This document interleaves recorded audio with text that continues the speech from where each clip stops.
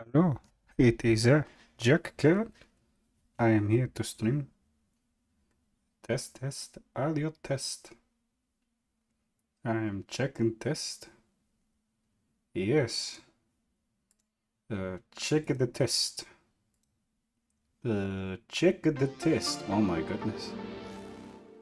Thank you for the sub, Midnight. I don't know even how what this is in years, but really appreciate it. Thanks, Midnight. Thanks a lot. Well, I think I may be having some issues because I don't hear anything in particular on my end. So, give me good evening, Super. Come on, Shaylee. See if this works. Hold up a minute. Please bear with me.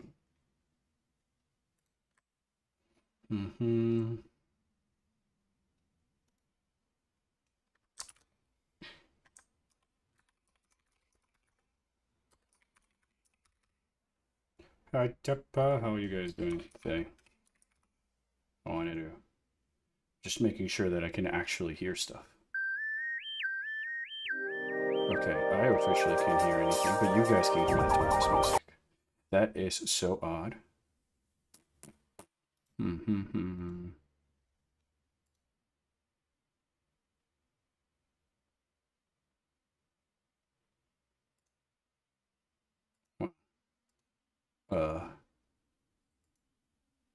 It's almost as if it's not detecting my audio device. Hello. Let me try again. No. Still nothing. Audio loud. You thought, wait, that's the thing you would, someone would say to Pawn, and then I remember. Oh. Do I read YouTube comments? Yes, I do, but they don't show up on my stream as of yet. I'm trying to just promote more of the Purple website because it tends to be nicer, at least when it comes to stream, with things I can implement and stuff. Wait, I think I actually see my headphones now. No.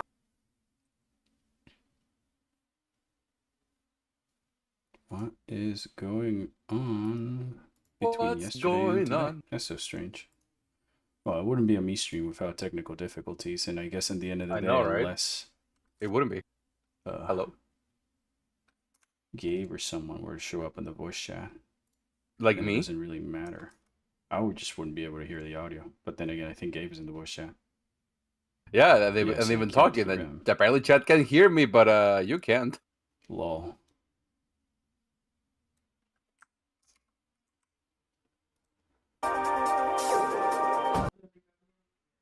Sup, nerds? Hello, Chad. Wow. Yes. Huh. What about now? I don't know. What about Still now? no audio. Look at that. It'd be hilarious if you played the Viros theme before starting the stream. Viros? What was the Viros? Viros? I don't know what Viros is. I can hear everything on stream. Yeah, you can. I, however, cannot. For reasons I am trying to figure out because the game audio is loud. I mean, that's just the music. That's just an MP3 from YouTube.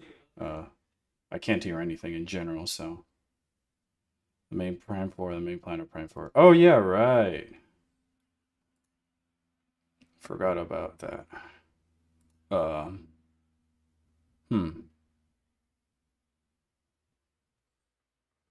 don't know what N7 day is, chat. Hey, Chad.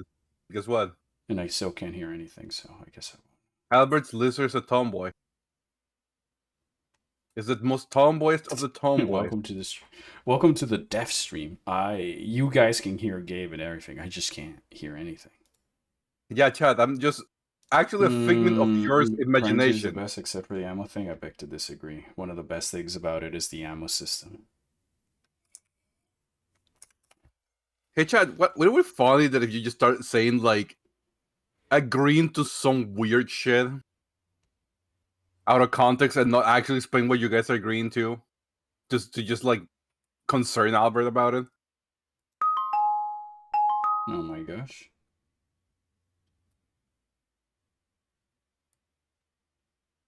Like, how about if you guys go like, Gabe, you actually did that? Okay. That's insane, Gabe. Yeah, just someone in chat just say something like that. That's very funny. Trust me. Is this thing on? Am I all alone? Is anyone there? I need a bigger gun. Thank you, man. Thank you. Who else?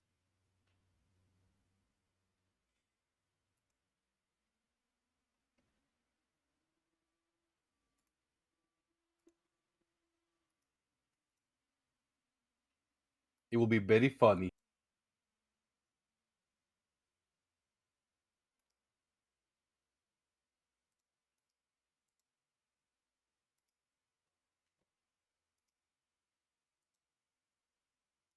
Chat, I can't believe this. I'm sorry, I had to read this on the fucking Eggman. I couldn't. No way. I can't believe this.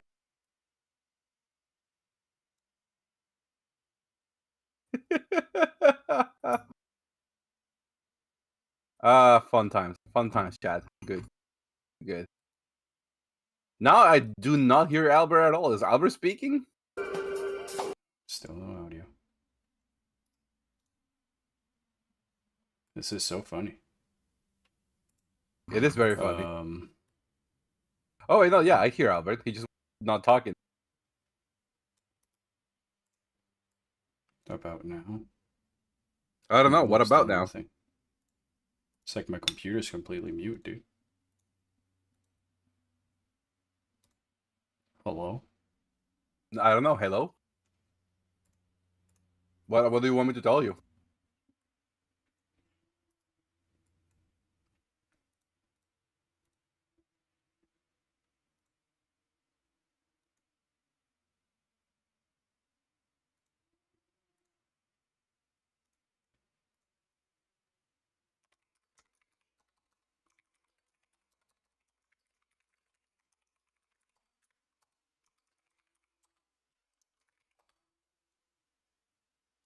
Something. I'm gonna piss on the moon, mid. I had a whole bit prepped and everything. I guess. I don't have audio. And at this point, the only thing I can...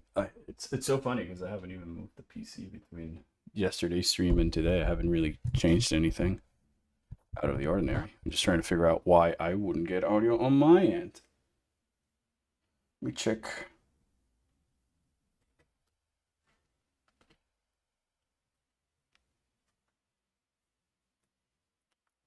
How about now? Let's see. Oh my gosh, there we go. I fixed it. Sweet. You fixed it. What was it? I don't really know at this point. I tried changing the voice meter audio. I changed my default sound devices. I'm just gonna owe it up to some technical difficulties as always.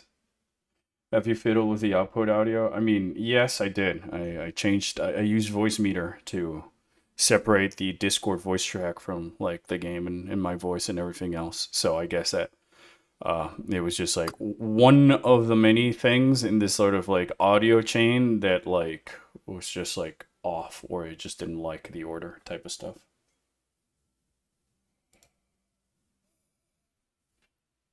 Whoa. Yeah, I told Chad to say some heinous shit about me, Chad. As if they were replying to things that I was saying. Well, now that that's sorted out, let's see if I can sort out the other thing. Should be. I just wanted to show my island real quick. that was gonna be like the pre-stream thing, and it took me this entire time just to get it work. Oh, and it's not even there. There it is. It's Fleek.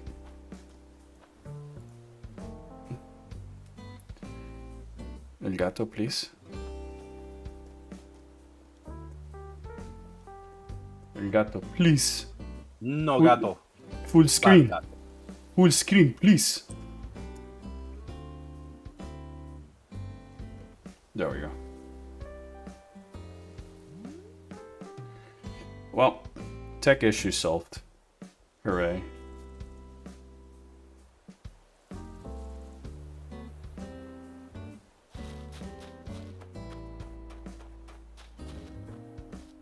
You call your island Talon 9? I called mine Velmoria. Oh yeah, look, it's Punk Chameleon. Yeah, I already gave Fleek, what'd you call it, a bug. I hear Croc on the background. Did you? Yeah, he said Fleek. Oh my gosh, I didn't know you could hear that.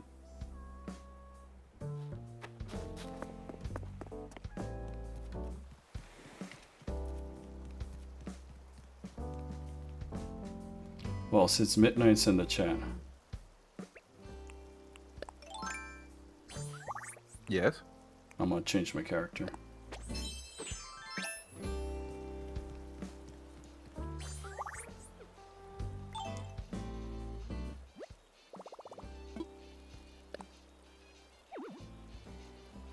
While wearing a wand outfit. Oh yeah, that's my outfit. I need a mirror.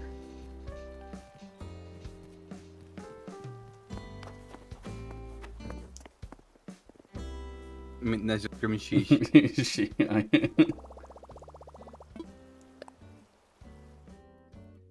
Don't worry, Midnight.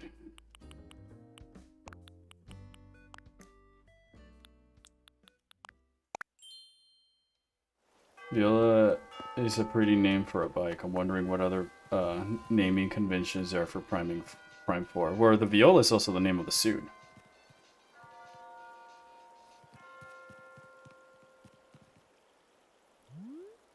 This is, I made this for Midnight. This entire bit is just for you, Midnight.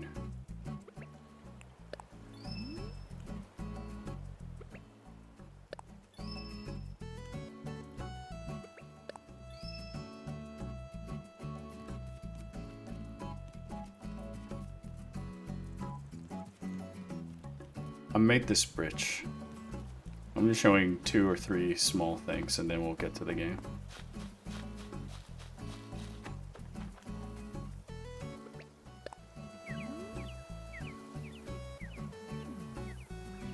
The portraits look really good, given the fact that they're crusty Animal Crossing sprites now.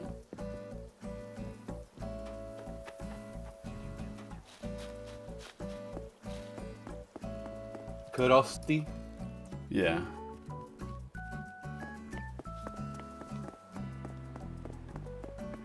I wanted to show Midnight. I see we are recollecting something on the island. Not only are we recollecting... We are collecting.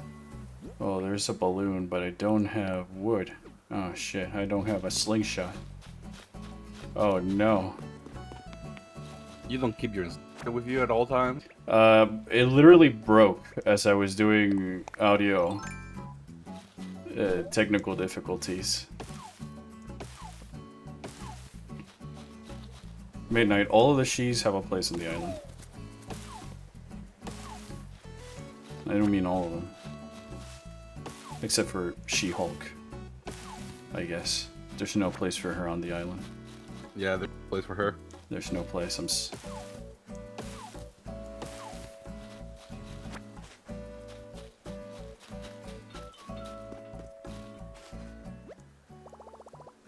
I promise we'll be getting to Metroid Prime momentarily. This is, you've not been debated. This is not a cross stream. I just saw Midnight in the chat and I thought that she might have appreciated my little islands. Especially Chad, because that Prime run is way too good, and I think we're gonna be done real Yeah, quick. we're gonna be done with that Prime run. I mean, if we're not done with it this stream, it's just because, like, I didn't check the right rooms, but we have everything. Emergency head cover. Alright, Midnight. So you saw the recollection. This is the little kestrel section. I try to make it like the facility of sorts.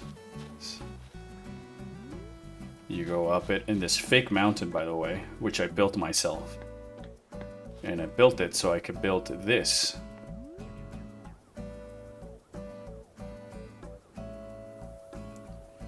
It's mostly made so like if you look at the camera from different angles, you can kind of see like different aspects of like the mega structure in the horizon. And then you can come over and take a picture here.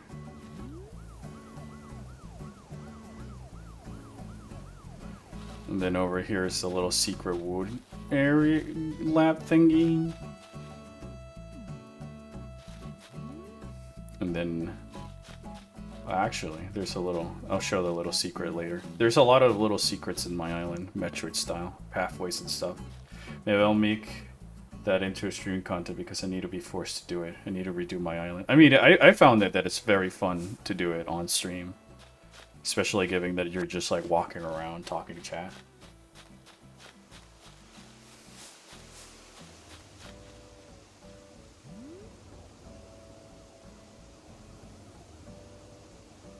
The threshold.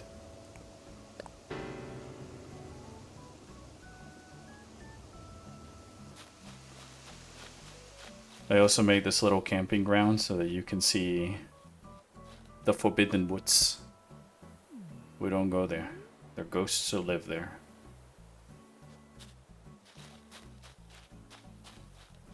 I see yokai. Yeah. Because there's ghosts there. Also midnight. Check out this little Easter egg. Bird. Oh, no, never. Yeah.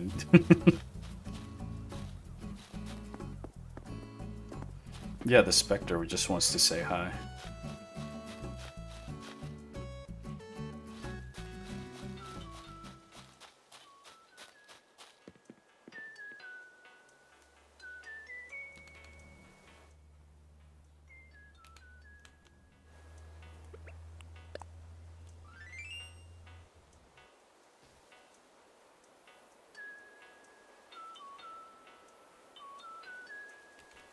Yeah, you should definitely do that, Midnight. I've made the island just like based around one of the stories. It's Vilmoria, which I guess is what I'm using for the Spectre. I can show you her house. I made it a whole like Forbidden Woods type of stuff.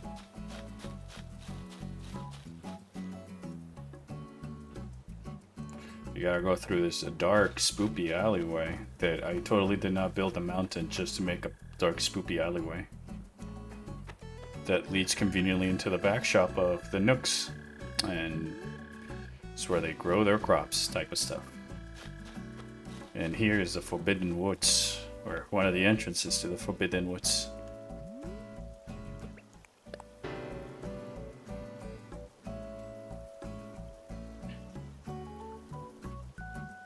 And then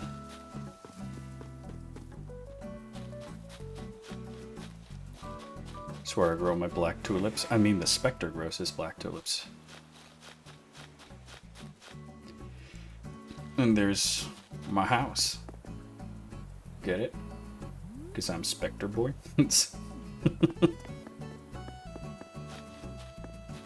I even got this other segment of like the spoopy Forbidden Woods. So it's like super inaccessible to my villagers.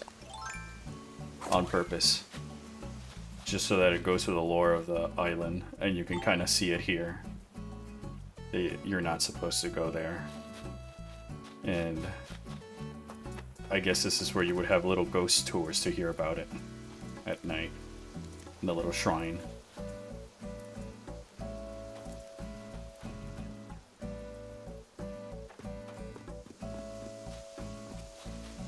But yeah, it's super cool to do it that, like, I guess I liked it as a writing exercise, because it forces you to kind of roll with the punches of what the game gives you, and,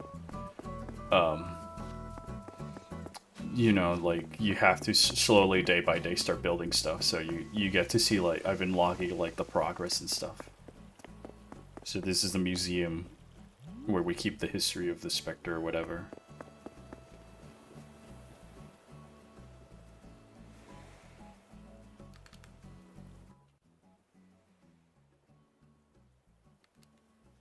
That was Croco's idea.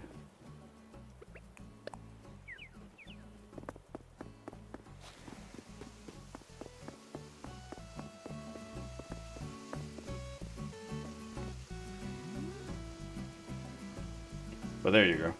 That's basically what I wanted to show on the island. Low-key, that's kind of why I got back into The Sims for a while, because making my characters in there was just so addicting, not to mention they acted in very canon ways, which was very funny. I feel, yeah, like, I haven't tried it with that. Definitely have to try it with my Sims. I just did Animal Crossing because, like, it's on the Switch. And I had started, like, I had started this new island back in, like, I want to say December, January, and I left it around the time that Animal Crossing, Xenoblade X was coming out. And now I'm back at it, and I just been using it to develop like Velmoria in the world of the characters, and that way like I can just picture scenarios of the characters inside this world that I think would just be easy, because I feel like maybe I'm too focused in characters at the moment. That maybe I should do some other stuff. I love character customization, same. But I like it when it's like, I'm not really crazy over like the new era of character customizations where like I can change the jaw shape to precisely the specifics I want. There is some. It's super cool that we can do that. And oh my gosh, Stone-tailed hawk! Whoa, that was so close. But then I also feel like very intimidated because there's so much little details that I feel like I'm spending time doing stuff and I'm not getting anywhere to get my characters looking the way they are. That I feel like if you have a character creator with some presets and stuff and you manage to make the character that you want sort of readable and visible in that, then like I guess it speaks to the strength of the character's design, and then the thing and the elements that you have, because no longer is it like, oh yeah, you just do it yourself. I can waste hours in customizations. A little embarrassing. I mean, it's not, in my opinion. Glamour is the most important thing on any game. True. Fashion hunters through endgame. Like, you're saying these things? You're saying these things, Midnight, to like the guy who spends how many hours playing Final Fantasy XIV because of the character customization options? Mm-hmm. Also, stream for me on Discord, my friend. Boy. I haven't even started the game. The game is started right there. I haven't started playing it. There we go. I commissioned an artist to draw my two idiots and their pet stray cat. Oh, I definitely want to see that, though. I love OCs. I haven't had much art in terms of my OCs, mostly because I feel like I have everything that I need to like start writing, except for a few here and there. For the Kestrel story. You lied? You're not reading YouTube comments? I'm sorry, my guy, but the last YouTube comment was posted like a couple minutes ago, and then I got it flooded by the purple chat that shows up right next to the video, so... Yep. Like, I told you. Don't blame it on me. But yeah, like, I'm just focused more on writing the actual chapters now. So far, writing one on Red, actually. You know?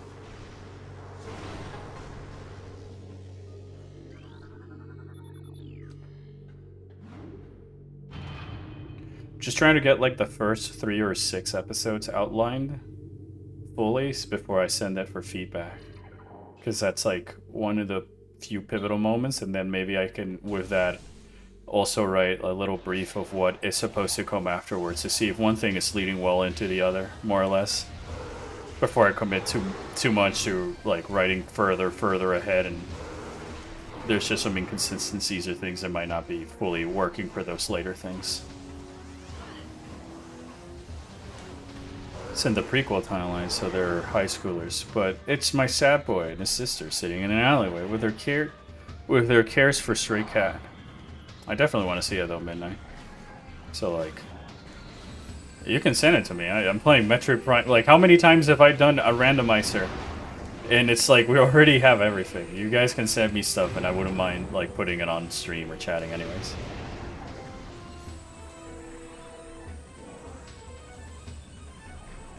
Bam, bam, bam, bam, bam.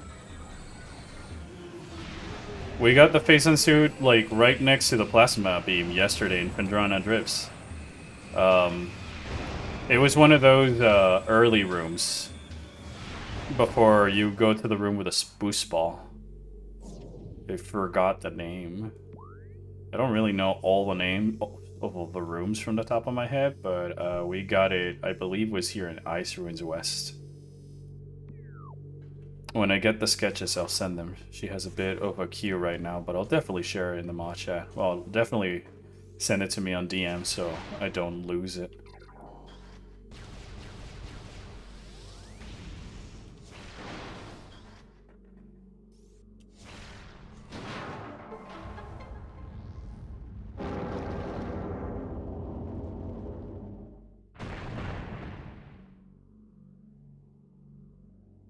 Oh gosh.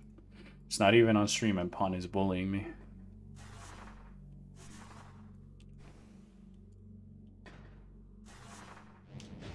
Well, I guess that she isn't here in spirit because Midnight, her brain cell holder, sharer, is here.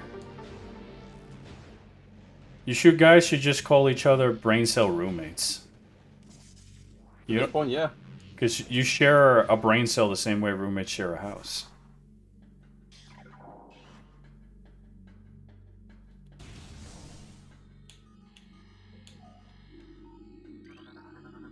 I guess the one thing I'm most excited about Prime 4 is the new sound design. Because, I love the sound design of the original Prime series.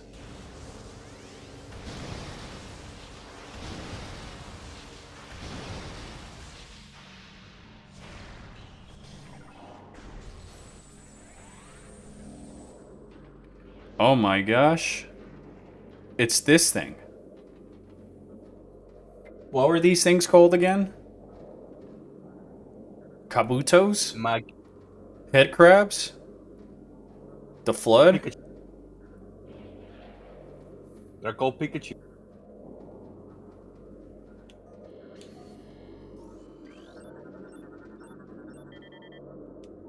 Wow, it says here they're called Samuses.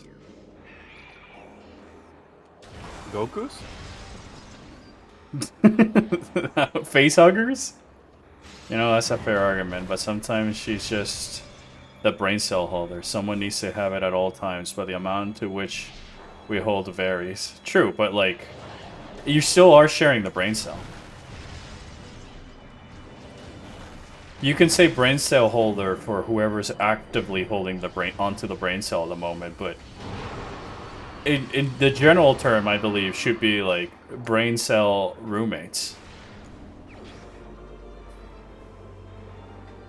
Neuron roommates. Or something like that. Bless you. Talanotroid? Talanotroid.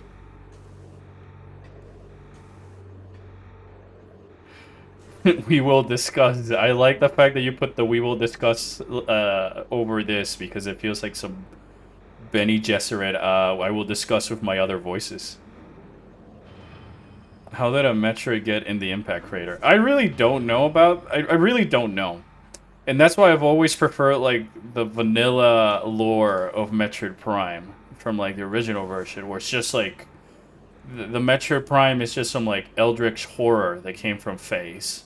And the Chozos who saw the worm inside the crater just decided to call it Metroid Prime in terms of like, alright, the word Metroid because of what the word Metroid means in their language, Ultimate Warrior type of stuff.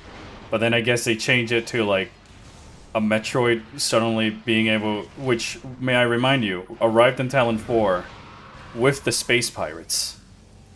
And arrived on Phase because of the Space Pirates, or at least that's what I remember. Somehow just faced through the Chozo barrier on the impact crater that nothing, even the ghosts, could like penetrate and become one with a Phazon to become the Metroid Prime. It seems like extra steps just to make the Metroid Prime a quote-unquote actual Metroid, and that way people can say that by extension Dark Samus is an actual Metroid. Where in my eyes, it's always like, alright, if Dark Samus was indeed... If Metroid Prime is indeed an actual Metroid, it returned to, like, a goop-like state where it's nothing. Like, a metamorphosis into a Samus doppelganger. Therefore, it stops being a Metroid, because a worm is a worm and then it metamorphoses into a butterfly. When it's in the pupa and it rebuilds its body and all this other stuff. Those energy balls scare me. When they started charging towards me because I was doing the charge beam. Oh yeah, that freaked me out as a kid, but I also thought it was like the coolest thing ever. I think there might be some time travel stuff going on. In Prime 4, there's definitely time travel stuff. It's not that I think, it's that I know. Because Tanabe's already confirmed it in a 2017 interview when Samus Returns was coming out and they asked him about what was his ideas for Prime 4. And he said like, well, I wanted to do Echoes, but it's time travel. I guess time travel is the demon of today's games then. Yeah. However, I guess that in the Echoes, they're just using it more of like Ocarina of Time, A Link to the Past Echoes type thing. I got an item, but I guess it was a miss. That feels a much better explanation that it was just a mutated thing that landed on the planet rather than being a Metroid. I know, right? But, you know, they went on and changed it, and I guess that now it's what the community wants. Of sorts, because for me it just doesn't make that much sense, and it's not as thematically satisfying that like the Phazon, which is known for being sentient and mutate things and assimilate stuff, that like I always saw the Metroid Prime as like the Phazon's purest true form, you know? It's not copying anything, it's not taking the minds of anything. A Metroid Prime in its essence are the closest thing that we see of Phazon sort of producing its own sentient form. But I guess and they decided to just make it a Metroid for who knows what. Like, I thought that they had something very cool and interesting going on. I like the detail and face of the Metroid Primes on the walls. Yeah, precisely. Like, and they're all next to, like, the nursery where the new Leviathan seed is being built. Alright, Gabe, so now we actually have the entire arsenal instead of the Grap Thermal Visor. That's so funny. We even found the optional items before the Chozo artifacts. But yeah, like... But the Metroids are also on phase. Yeah, but in that regard, you could see it that it was... the Phazon Metroids are in phase, and they're mutated that way because of the Space Pirates, who Dark Samus is controlling, in that game. I'll be back. Let me call the phone. You go ahead. You know? Because when you take language into account, it makes sense for the Chozo to call it a Metroid, because Dark Samus doesn't really resemble a Metroid either, unless you count her ending form, where she has 3 eyes. Yeah, and even then, like, I could see the 3 eyes as just, like, once again, another thing of the Phazon mutation with the different DNAs and stuff like that. You know? But like my theory's always been like, all right, even if the Metroid Prime is a Metroid, I don't see how Dark Samus equals a Metroid, because when you defeat the Metroid Prime's essence, it returns to like what looks like a giant single cell organism. So I always took it that it latched onto Samus and it became back into this goop because it was just reconstructing his body, you know? Sort of like an X-Parasite that like goes from one host form to the other, but doesn't necessarily mixes the two.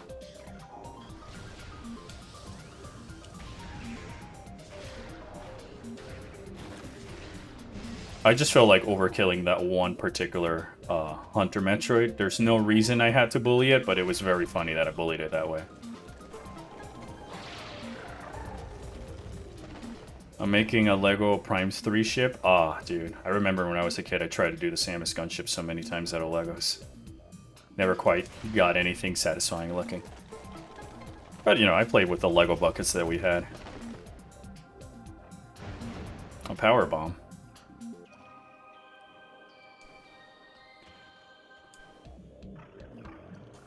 I feel so bad for Chad, who wasn't here yesterday. They missed out the truth that Orpheon confirmed that Lizard's 100% redacted. Why would I redact my Lizard? I just think she's neat. That makes them similar in that way, too, because both the Metroid Prime and the X-Parasites copy Samus using parts of full suit of hers. Yeah, but then again, it's not so much the Metroid Prime that's copying Samus, but more so that it's the Phazon, because like we gotta remember it's got its own will. And I always took it as like the similar to like the logic behind Omega in Final Fantasy XIV. It tries to assimilate the form of whatever was strong enough to try and defeat it. I'm back. So, type of stuff. So, why does that floating platform creature look similar to Samus's gunship in shape? Maybe they just borrowed some of the basic geometry. X-Parasite stole her suit and DNA. And the Metroid Prime who turned to Dark Samus by stealing the face and suit. Yeah, that's true. I mean, I just couldn't word. Yeah, no, I know that you meant.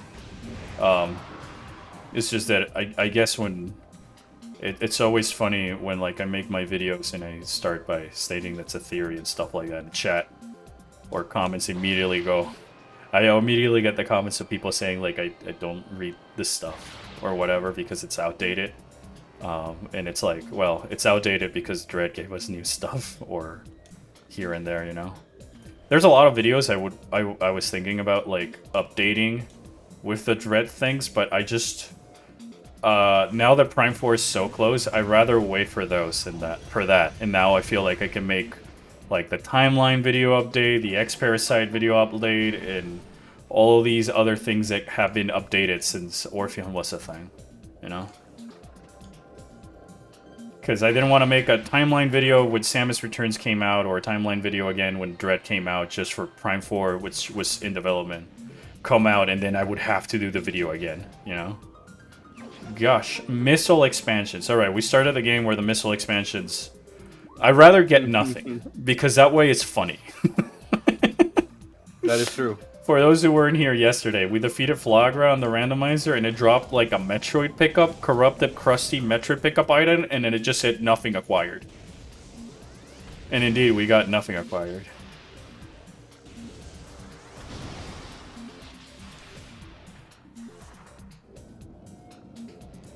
Have you seen the show Murder Drones? No. I have. It's pretty good. Is it pretty good? What's it about? It's basically Robots go murder. humanity is gone, and there's now two types of Robots. There's drones that were made for humanity, but they kind of gain sentient and they outlive the humanity. But there's a few drones that are like, oh, you're not supposed to be working this way. Let me kill you real quick. Oh. So, kind of like Blade Runner in that way? Kind of, but no human. Yeah, I mean, it's the same indie animators that does the... yeah, I was going to ask who made this. Fuck, the one with the clown girl. The circus, the magic circus, something like that. Oh, Digital Circus. Digital Circus, yeah. It's that same group. All right, then I have to watch it because I really like their. Circus, I really follow the. I'm obsessed with the animators. Vision didn't die. He's just a puppet and a white boy. That same animator, whose name I keep forgetting, has one with like delete this tweet that just Charge Beam acquired. Again? Hello? That's interesting. That is odd.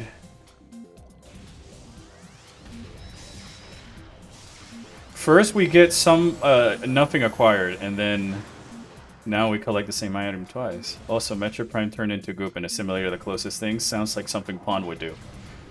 Brian, you're saying these things, but we've already confirmed Pawn is just Phazon. She's drank too much of it. She's long gone. Have you not seen her VTuber? avatar thing? She's already a goopy lady. I swear, some of the media tends to end up influencing some of my OC stories in my head. I mean, that's just cold references. It's not bad to have like a lot of stuff in media that might inspire or influence another art. It's sort of a normal part of the course, you know? Especially by today's standards, with how much media there is out there and how much media gets created every day. You're bound to run into like similar things. Yeah. It's just how you manage to grab those influences with your own personal experiences and feelings and make it your own, you know? Sweats nervously in Final Fantasy and Fire Emblem. Imagine having outside influence. Sweats nervously in Final Fantasy and Fire Emblem. Yeah, I sweat nervously in Metroid, fucking Blade Runner, Ghost in the Shell. The Liam Vickers project used to do creepy pasta stories that made cliffside and murder drones. Hmm. Yeah, now I'll really look at it, because I really like most of my time nowadays is honestly watching more independent content, I guess, and you know, there's so much, and I know that the word schlop gets thrown around, but I mean it in the sense of like quantity.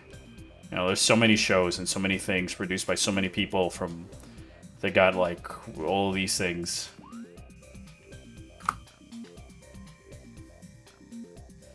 Alright, so there's 3 items left in Phendrana Ruins before I say the rest of these artifacts are in freaking Phazon Mines, which would be hilarious. So what abilities can you get early right now, or places? The map is open to me, chat. You don't understand. We've cracked open the map since Chozo Ruins yesterday. Like, I landed on the planet, and Chozo Ruins basically had everything from gravity suits, like, we found missiles, gravity suit, Varia suit, everything except for the beams. Then we went into Magmar Carvings, and we found the beams back to back. And then I walked into Phendrana Dreams, and I found the plasma beam and the Phazon suit in the baby starting area. So crazy. Albert, the Hunger Games influenced me in more ways than I can care to admit. That's not bad, though. Like, Midnight, how many things that you know have influenced my things in ways that I cannot describe? It's bound to happen.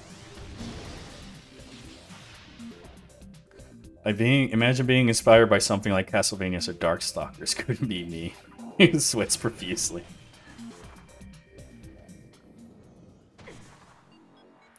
That was funny. I've never seen that interaction before. Them is grunting right out of Morph Ball's change.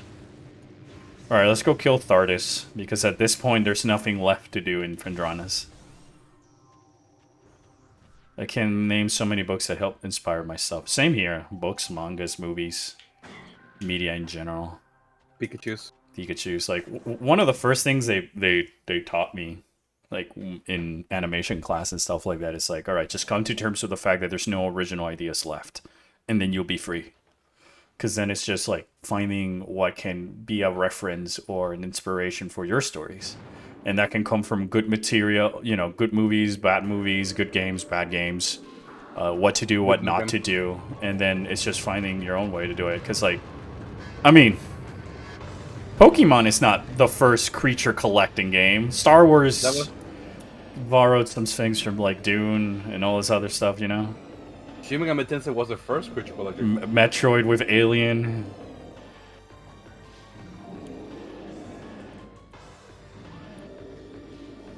Final Fantasy wasn't even, like, first fantasy RPG. I just realized a problem. I gotta go fight Thardis with no X-ray visor. Thermal visor, I mean. This was maybe a mistake, but I'll roll with the punches. Didn't we one-shot this guy with a fucking power bomb? True, but I need him to roll, so that I can, like, the power bomb hits all of the course, like now. Oh, that might have been too slow.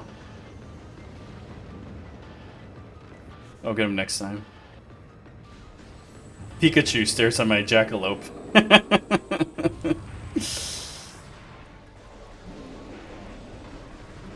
I mean, I can name a couple of my characters and stare nervously at the mayor.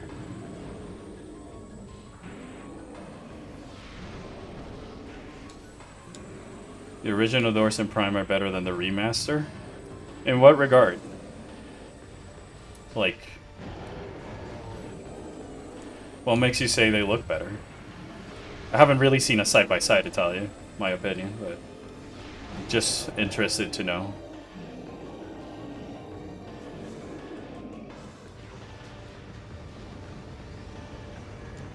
There. That definitely hit.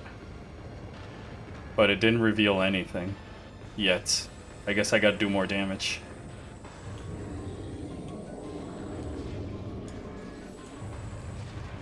Wow, it's very funny fighting Thardus like this, using like the...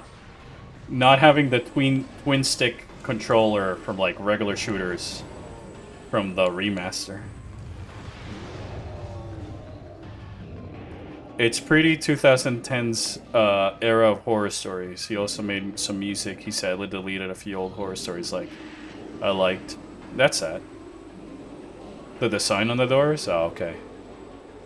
Yeah, I guess I can understand that. I just haven't seen the doors back to back to kind of like, I guess, give you my personal opinion. But next time I'm playing remaster, I'll try to keep an eye on that.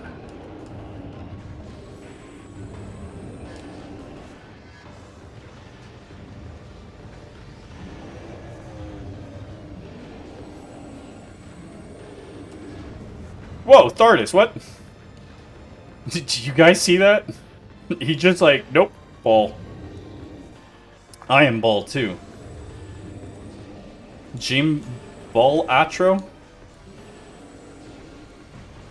You guys saw the Balatro calendar? I have not. They got Ben Starr to come back and dress up as the Balatro Jester. And it's just a calendar they're putting out for charity and stuff like that, so...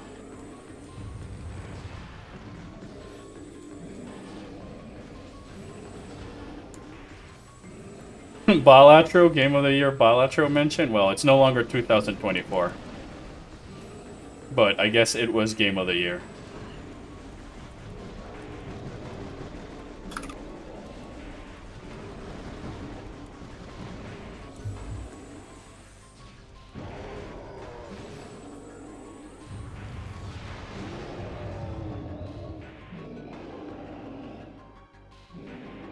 Alright. Well, chat, start placing your bets on what is Reggie Rock gonna give us in terms of an item. I can't wait to go home to game.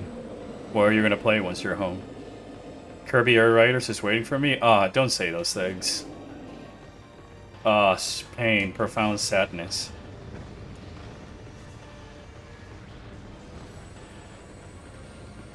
That's like the only true game that's on the Switch 2 out that like I'm like, all right, that's a system seller. Like, What? huh? Balatro? Kirby. Kirby is gonna be a console feature. Definitely. I mean, there's so much Consoles always content. sell. Yeah. Games sell a lot. Like consoles sell a lot early, always. But it's not so much how much it sells when it first release, how much later. That matters. They couldn't hear. Oh. I was saying that consoles always sell a lot when they first release, but it's not so much how much they sell the first release, but how much they sell later on.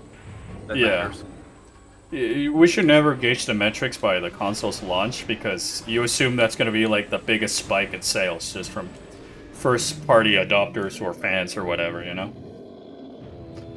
I would have bought it for Prime 4, but Air Rider stole it for me completely. I mean, for me, Prime 4, I wouldn't say like it's a system seller just because, like, fortunately, in like I'm not saying this is a bad way, but I'm glad that the game is on Switch 1. And because it's on Switch 1, then I don't feel the need to go out of my way and get a Switch 2 when I can experience the same game. It's just that it'll look slightly prettier in one system than the other, you know.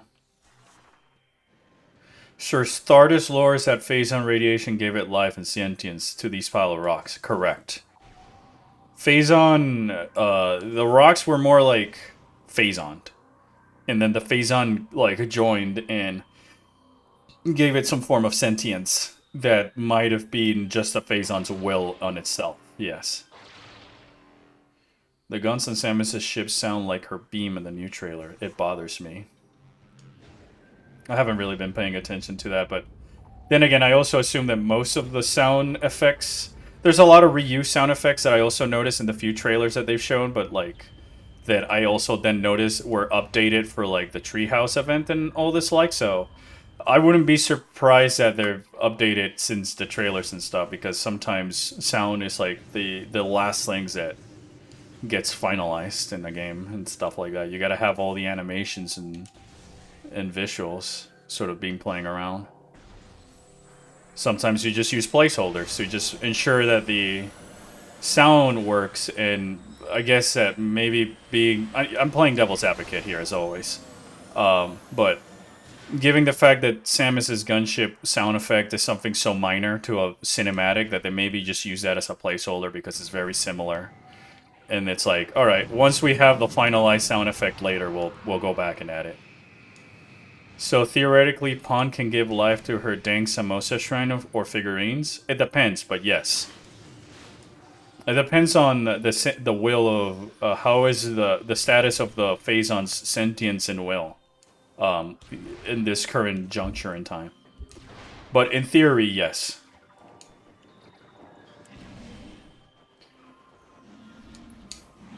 Technically speaking, we're talking about the person who hasn't finished Metroid Prime 3 because you defeat Dark Samus once and for all. Yeah, and she doesn't want to kill Dark Samus. Exactly. Alright, there we go. Well, Phendrana Drifts has been cleaned up, which is a shame because I love this area so much, so...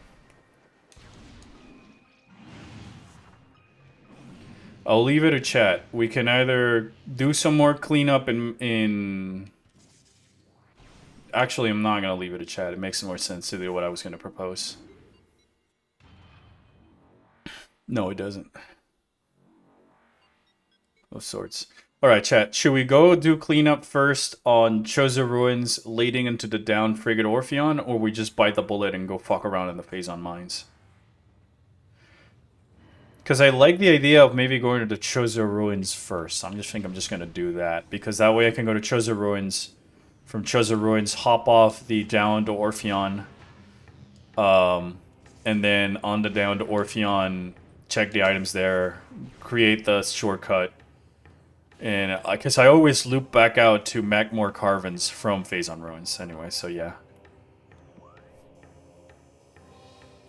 Executive decision. I'm doing that now. My brother took the models in Prime and 3D printed them. Some good, some bad. Well, because like not all the models might be primed for 3D printing and stuff. Yeah, no video game models are actually good for printing. I don't have a 3D printer. I haven't really sat down and studied 3D printing because I don't have the means to get a 3D printer or the things to do it. And then like it's a hobby that's way outside of my budget at the moment, you know, and accessibility as well. In terms of where I can get the equipment and the materials to do 3D printing and the real estate to do 3D printing and all this other stuff. But yeah, you usually have to like make these models 3D print friendly so that you can assemble them and they don't look all fucky and stuff. It's part of the reason. You know those the kid model kits of like Kamen Rider, like just like literally with the full body and you attach the arms. Yeah. You have to think of those like 3D prints. Yeah, no, like it's like I have this found respect for like people who make figures and stuff like that, because it's part of the challenge is how do you create the parts for it into the different sections so that you can mold it out. It looks like the character, it poses like the character and stuff like that, you know?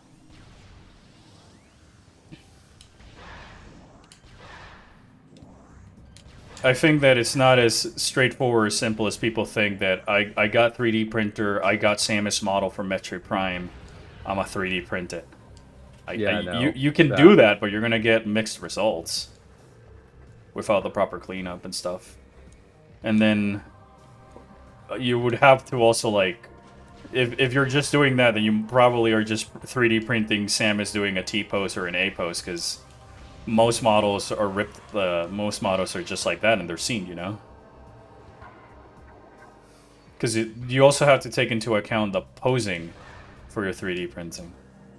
I'm just saying this for people who might not like, might have not researched more on 3D printing. I'm assuming Chad, who's actually went through the 3D printing that his brother and him know some things about it to go ahead with it, you know? He did a Power Trooper, a Shigov, Dank Samosa, and the Prime 3 Space Pirates. Those are actually pretty goated models to try out with a 3D printer, I'm not even gonna lie. Like, I think those are pretty cool subjects to test it out.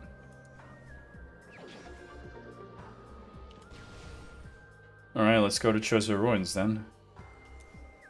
It's just been the missiles. Gabe, this seed was very blessed.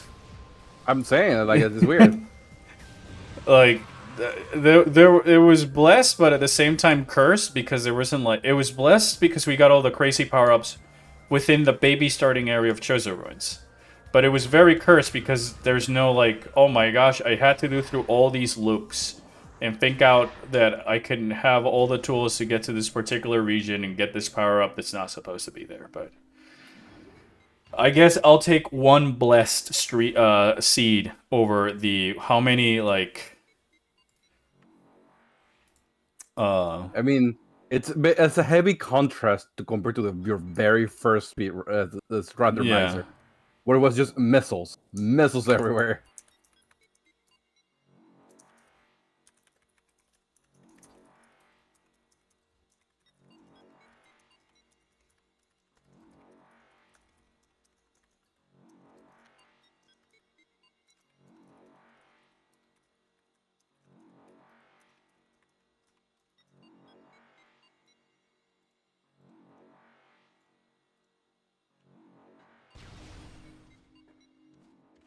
The one that stand are the Shigov and the Power Trooper. What are the other ones? Do you need like a base, or they're just like lying on the floor dead? They're sleeping. No, we made them sitting. So chat, I want to know what is the thing from the recent trailers, or the, like, what is the thing that has you the most excited about Prime 4, and what is the thing that might give you the most like jitters about it? What might be the thing on the back of your mind, the negative or the positive? You know? For me, the excitement stems mostly from the lore, and the sort of like environmental level design seems to be there to imply lore. The fact that Silex is actually a thing now, and honestly, just what the fuck they're going to do with that bike. It seems so fun. I guess that the main thing that has me worried is just that, like, in the best way, we haven't seen anything of the game in general, so I'm slightly concerned with the amount of rails the game might be, and so I hope it's closer to the exploration and vibe of Prime 1s and 2 rather than 3 is what I guess my biggest fear is. And not that I dislike 3, I mean. But it's mostly that I like the more... Oh, there's an artifact there. Hooray! Hooray!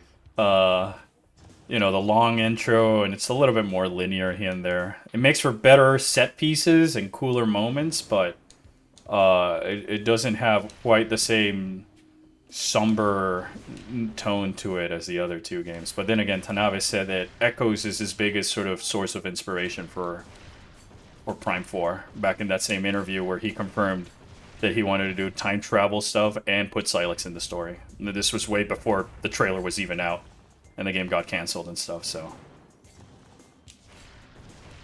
The negative is the game being short.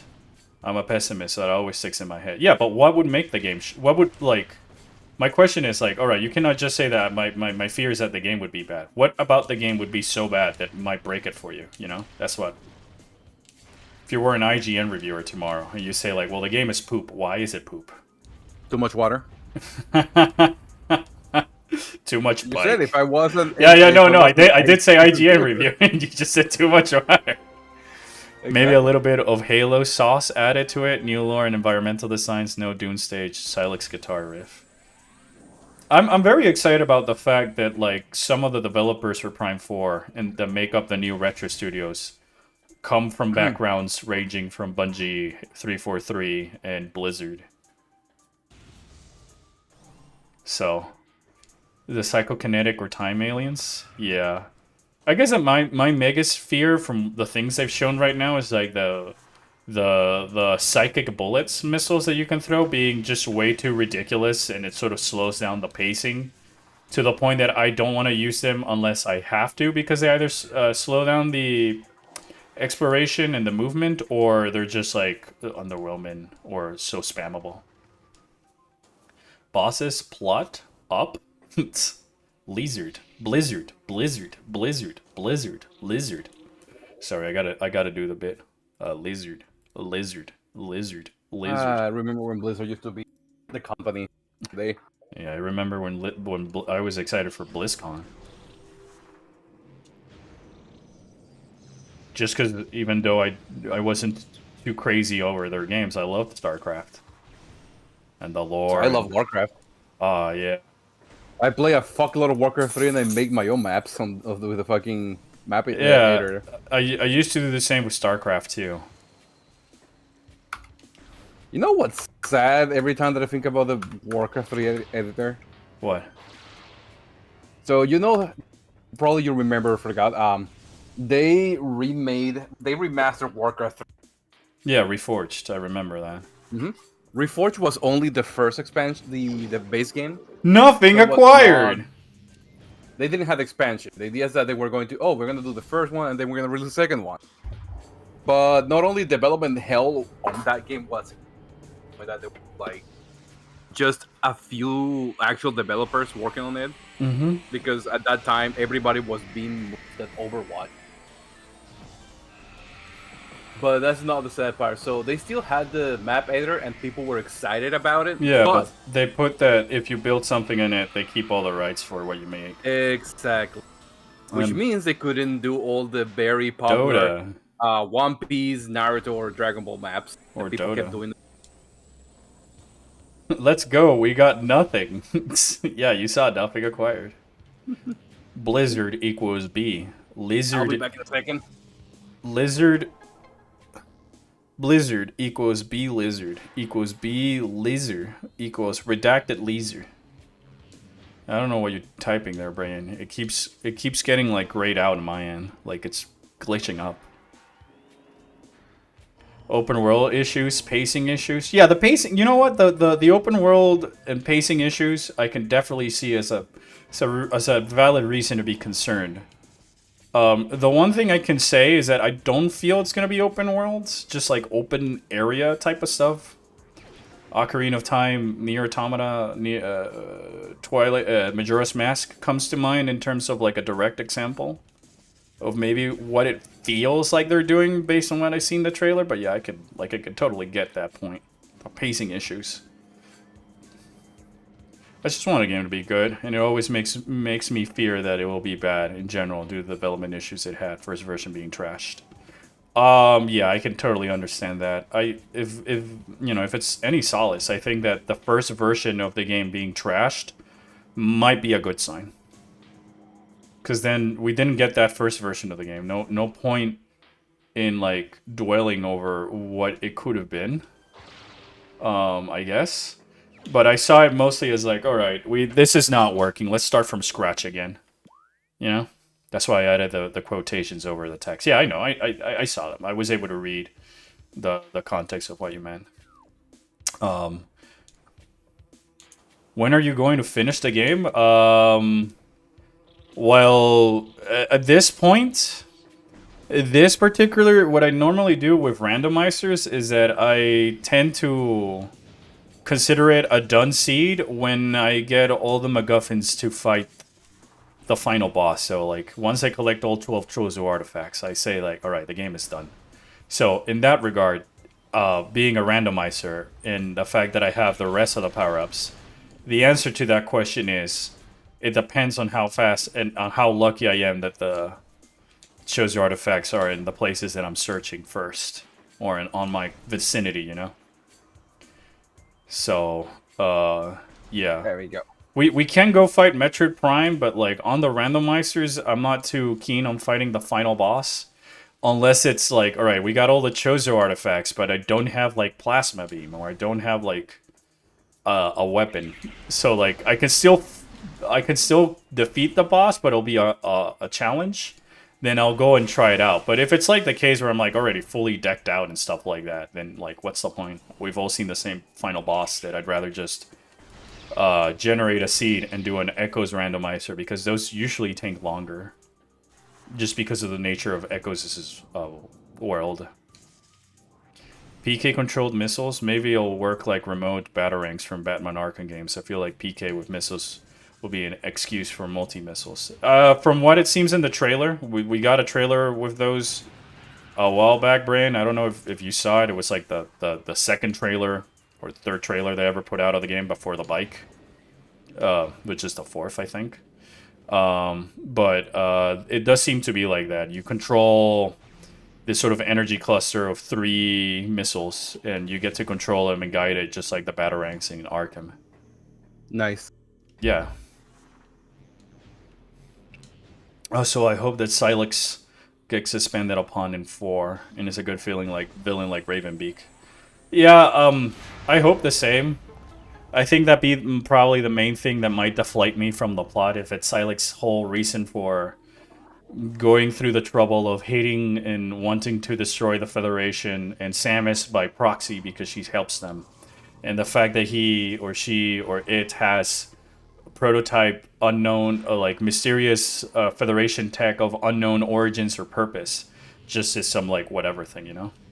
When it's my next stream, well, that's might be either tomorrow-ish, around the same time as today, or if not, I'm trying to maybe squeeze in on Tuesdays. I'm trying to finalize a new streaming schedule and stuff like that, based around the availability of the desk and my schedule and stuff like that. So, how many trailers are there? I think 5. There is, not counting the teaser trailer with the floating 4, there is the trailer where we actually see Silex for the first time, and it's sort of the reveal trailer. Then there was the second trailer where they showcased all of those abilities and stuff like that, including the psychic powers and what have you. Then there was another, a 4th trailer, and that one showcases the Viola suit, teases the Viola suit at the end of the trailer. Then there is the bike trailer. And then there's the Reason trailer they just put out, like, yesterday. Or this week, I should say. There's one, I'm probably missing one.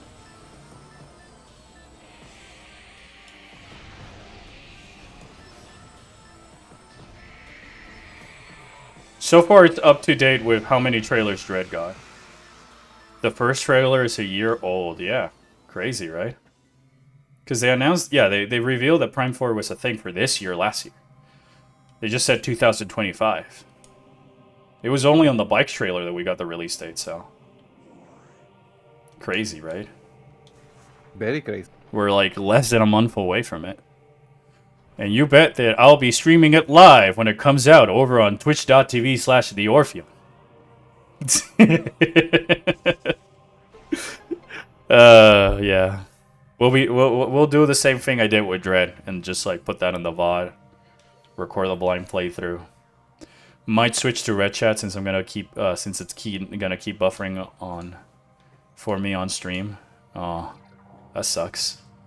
It's part of the reason why I haven't also gone fully purple chat mode, is that I know that some people in my audience who watches a lot of the streams tend to have problems with like the buffering or whatever on Twitch, and I don't know why. So that's why I usually just use Restream to broadcast on both sites.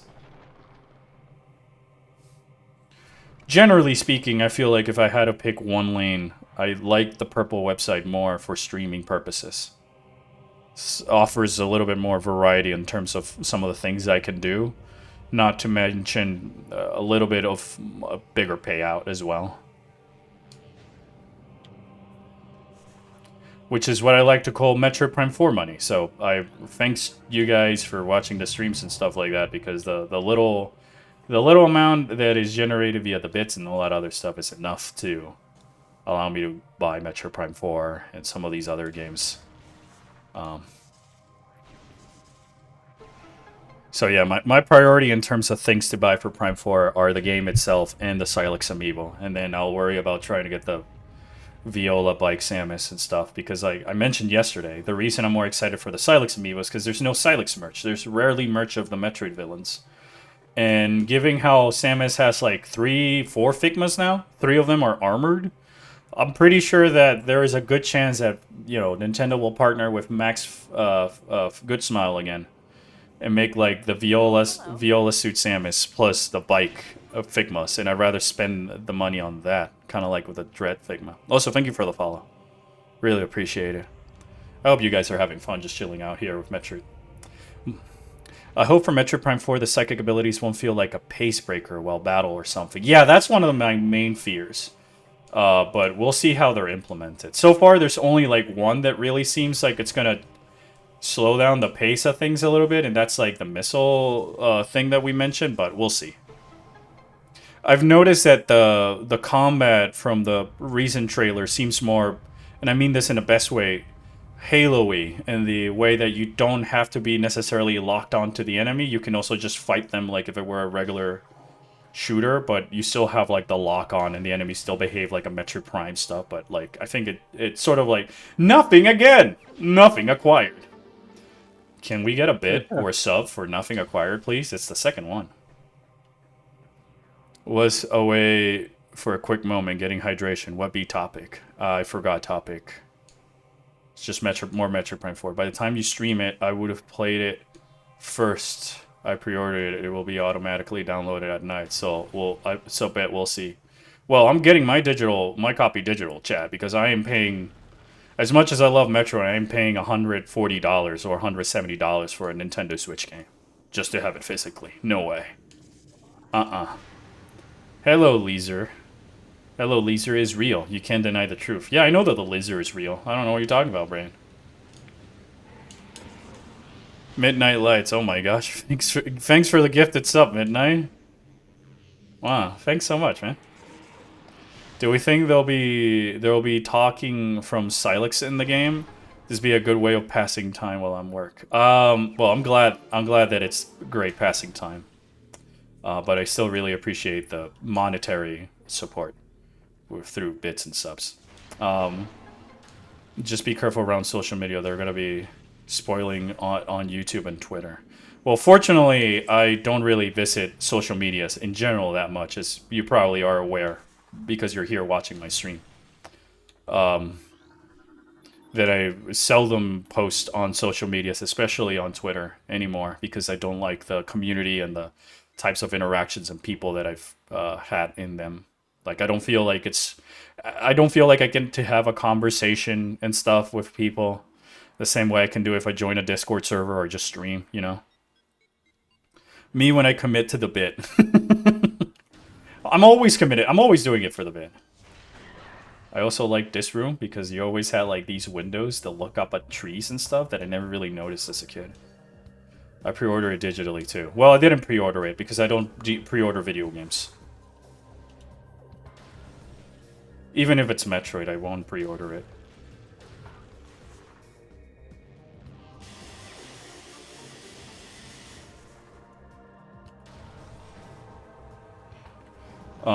But yeah, you know.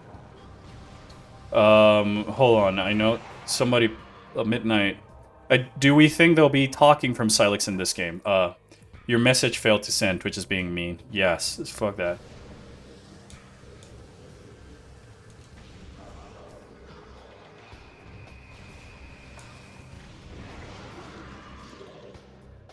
Hold on, let me answer this. Alright. Mobile Twitch when I catch you. Yeah. So Midnight is asking if we believe that there might be voice acting from Silex's part. I think so. I honestly think there'll be some voice acting, but I think it'll be similar to Corruption, where it's very minimal from the main character's perspective. Like, especially given the fact that, you know, in Corruption, it was mostly the other hunters that spoke, but they've always felt more of a plan of, like, their secondary characters, and they're filling in the gaps for Samus. I like the fact that, yes, I can see Silex and Samus maybe saying one or two things here and there. You know, pick and choosing what they say and when they say it. So, yeah, I wouldn't be surprised if maybe towards the finale or some key moments, just like Dread did, we might get some voice lines from either of them.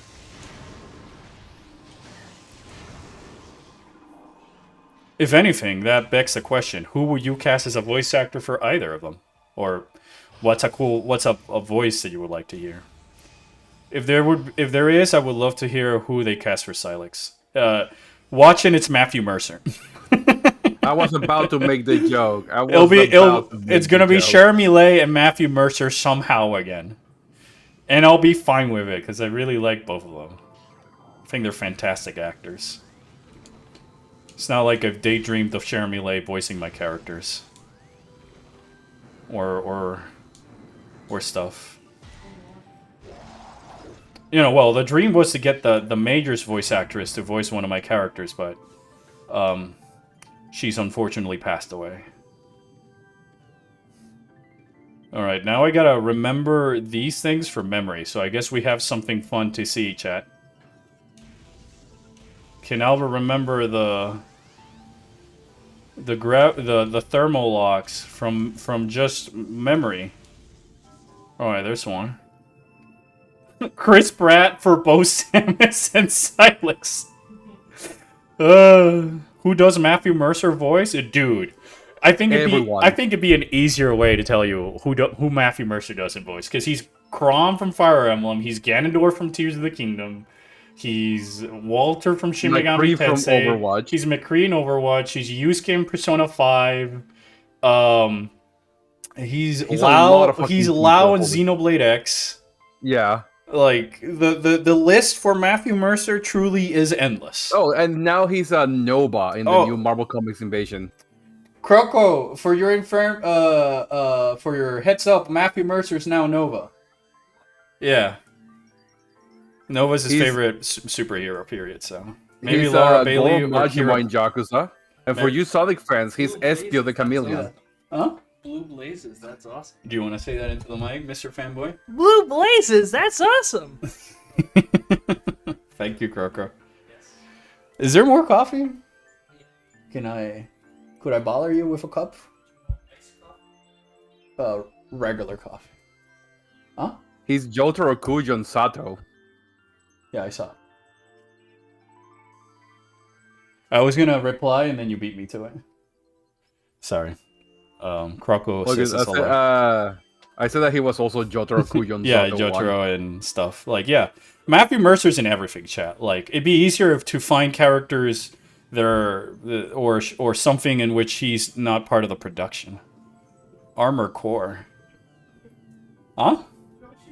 Joshua! Joshua, I love you, Joshua!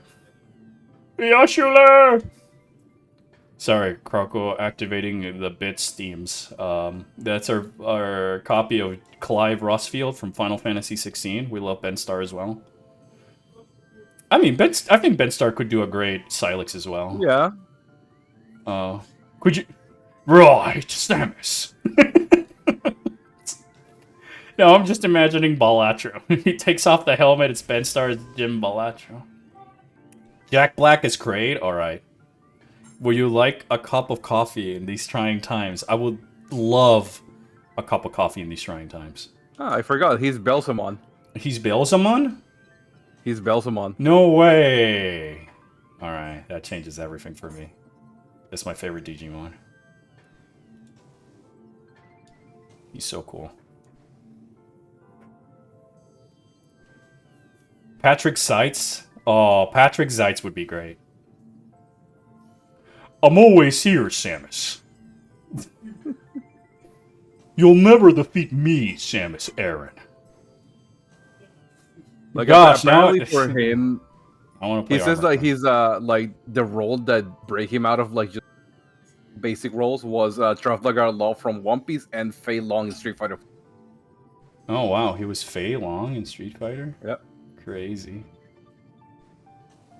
I'm trying to find the... This is the funny part, chat. I'm trying to find the energy things without the use of the X-ray. Of the thermal, I mean.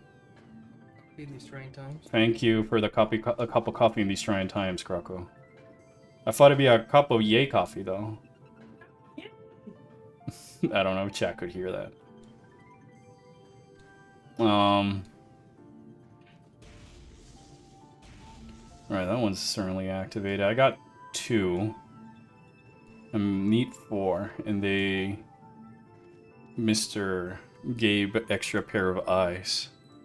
Yes. They look like... So if you want to help me find them. They look like this particular rectangle panel. And they're only used for these things. So that's what we're looking for in the environment. With a thermal visor, they stand out. But we don't have the thermal visor. It's the only power-up we've not collected yet. But there's also a chance that it's hidden in here. There's other ways we can go into the downed Orpheon, but... Who wants to give me a cup of coffee? It was very faint. But I did hear Croco.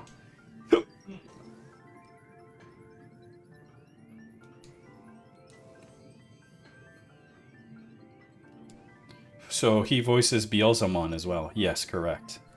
That's my favorite Digimon.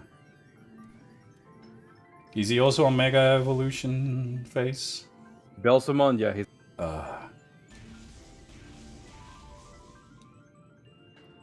Wow, I thought I remember these better than I remember these less than I do. But I guess is that I'm always here with a thermal visor, so I don't have to find the panel on the destroyed ship gun Orpheon, you know?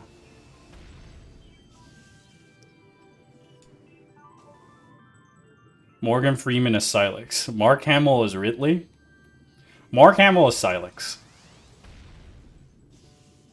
I do like the idea of Ridley not speaking because he chooses not to speak, but he's still as sentient and evil as in the stuff. In manga format, I think it works, but I feel like voicing would take away some of the dread that's behind Ridley as a menacing, imposing figure who, you know, won't reason with you, so why waste the time type of stuff. I don't know. yeah. Where? You know? But does Matthew also voice Impamon then? Asks chat. No, usually maybe. Mark Hamill is really unironically would be so cool. I mean, I think Mark Hamill in general voicing anyone would be so cool. The guy is very talented in voice acting. Yeah, I mean, have you guys heard his Skeletor? In general. In general. Do not use no, general. He does not do imp. Ben Starr is Crocomire. Joshua! Joshua, yay! Now I just imagine him with a gruffy voice going, yeah, yeah, Yeah. yay, Sid, Josh. Joshua. I don't know where these things are, man. Maybe I have to exit the room. Big fan. Yeah, I mean, I've never been in here without the thermal visor. Big fan. I'll figure it out. You got Crocomire right next to me. Oh, look, it's the Orpheon. I also think that Ridley does not or wouldn't speak, and maybe has someone to speak for him. Well, yeah, I really like that idea in general. Oh, it's good. Huh?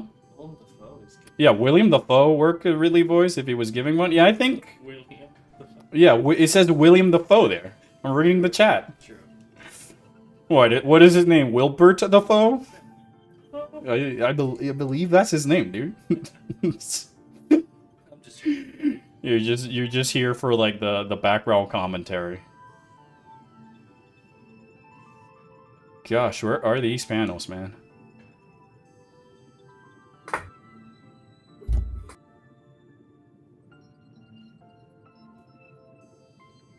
gosh. I do Gotta not see gotta that. love that man.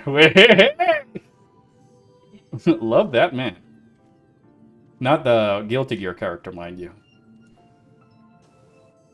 How's the How's the rando? rando? The rando's been fantastic because I got basically every single power up almost within Chosen Ruins. The problem is I decided to come into this room without the thermal visor just because I thought it'd be a funny bit to try and do the down to Orpheon without the thermal visor, given the fact that we already have all the power-ups and the game is now basically find the artifacts. But I've been jumping around this room forever trying to find the panels the hard way, if you may. So I can either say no thanks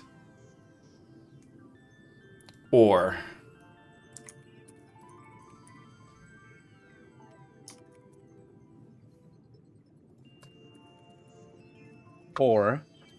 just try and continue brute force it. I don't know what chat might find funnier, you know?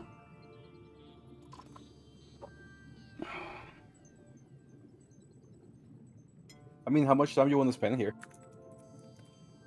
I don't know, I can probably do like another 5 minutes. If not, it's just to get out of here and start making our way through to the phase on mines through the other entrance. But I don't know how limited that would be. If that makes any sense? Time to fuck around and find out? Yeah, I mean, I'll probably give this like another 10 or so minutes and then course correct and stuff.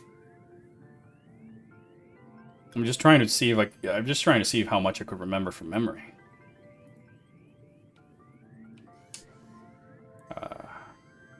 Clancy Brown and John DiMaggio as Fantoon and Crane. Now I'm just imagining the voices, dude.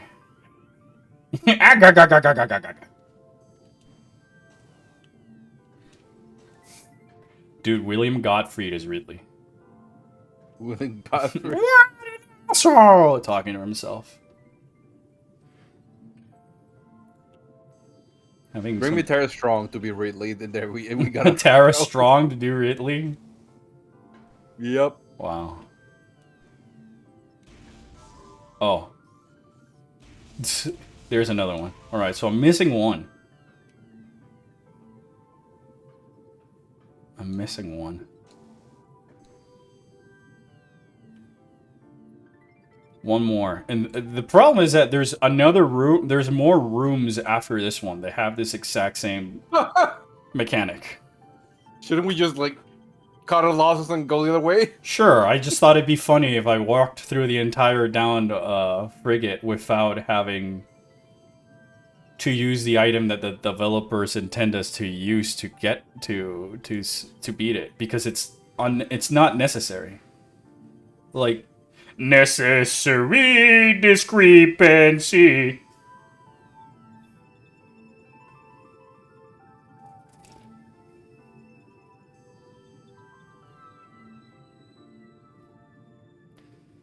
I know Gilmon was voiced by Goku in Japanese, but in English, he's Steve Bloom. Did Steve Bloom do any Gokus?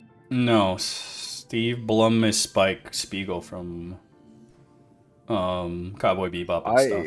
He's also in Mighty Number 9, for what it's worth. He was Bone Crusher. Dude, I would love to have Steve Blum as a voice actor. I'm not even lying. I know, right? I love his voice. A fucking Wolverine in your arsenal. Yeah, no. Shockwave. I was thinking more Spike Spiegel, but yeah.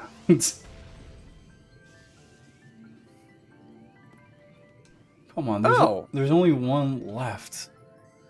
It also helped because I can't see because of the glare, and this area is pretty dark. He did a lot of Ben 10. Ben 10 is in with it, and is in the Thomas Edison. Yeah. Shit. I fell. We fall. Okay, so he is pretty much Wolverine. Steve Like, Blum? if you ever heard Wolverine, you hear Steve Blum. Even in the 90s cartoon? Because I'm going as far as I can, and literally every single Wolverine since Marvel vs. Capcom 3. Well, that's not that far back. Avengers Earth Mightiest Hero, so that's even older. I think Goku Japanese was female. Yeah, Goku's Goku Japanese is Japanese female. voice actress is female. Vegeta's is Captain Falcon, by the way. Yep. Hulk versus... I think you can just. Oh, he was Lord Zed. I think it's That's easier cool. for you to just look up X-Men 97 or the original cartoon and just like. Okay, no, so the oldest Wolverine he has done is the Superhero Squad. The superhero duper deepers. Yes. He did a lot of Digimon on his early days. Oh, he was Charles Aznavour. He was Char? Yeah, on Mobile Suit Gundam 2, Soldier of Sorrow. Huh. Oh, there we go. He did do a Goku, but it was GT Final Bout, the fighting game. X-Men Like, don't 92, count it. 97 is Cal Dot. So, alright, it's not Steve Blum. Steve Blum is a Wolverine, but not the Wolverine. Well, he did every single Wolverine after Squad, so I'm guessing he's now the Wolverine. I guess. Alright, I guess I'll just, sadly just, cut my losses and leave. I really thought I could just, you know, very, very easily, without much of an issue, just...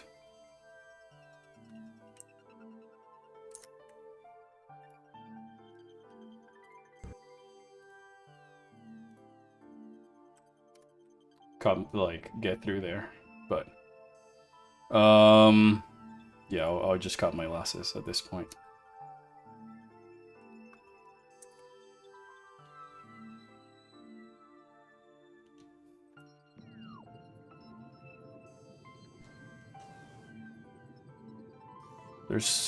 I just remember there's always 3 by the door and then 1 that's debating you away from it.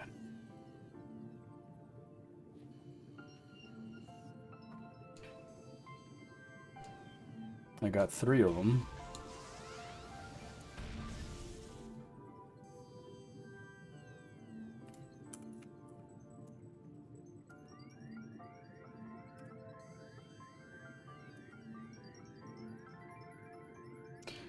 I'm gonna laugh because it's probably like an area that I've already walked past like 10 times.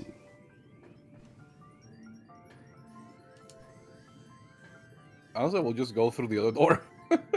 The other door is the way back. Yep. Alright, then... Oh, wait, I found it!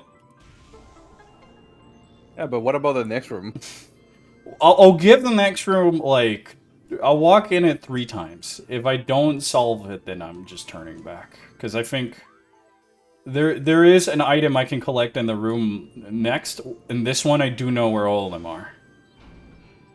So at least I can get through 1 more room, which is the whole reason... Or 2 more rooms. Which is the whole reason I wanted to do that one. Because the rest of these are a little bit easier to navigate. Did your amiibos arrive yet? No, I didn't buy them. I can't be affording amiibos in this economy. It's not, especially not when they've gone up in price, you know?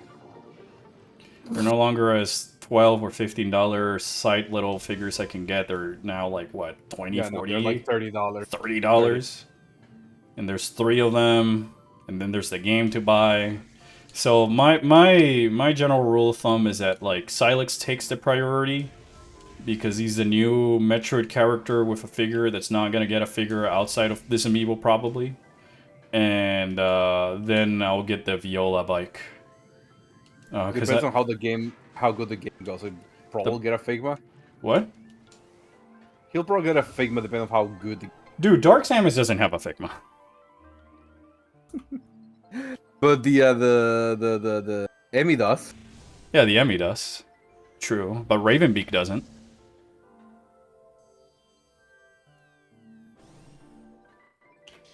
The Emmy is the only, like, Metroid Figma that's not based on Samus.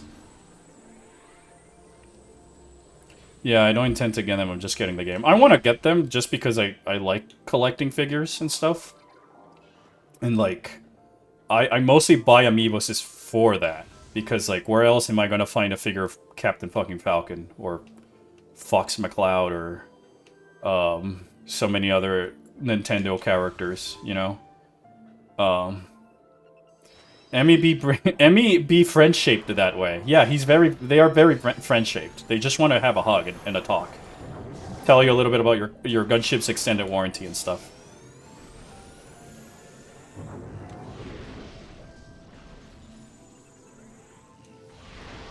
I chose their artifact. And I still figure out this door. So that's one more door I have to power down here, Gabe, and then we wouldn't need the thermal visor. These rooms are easier because they're, like, small.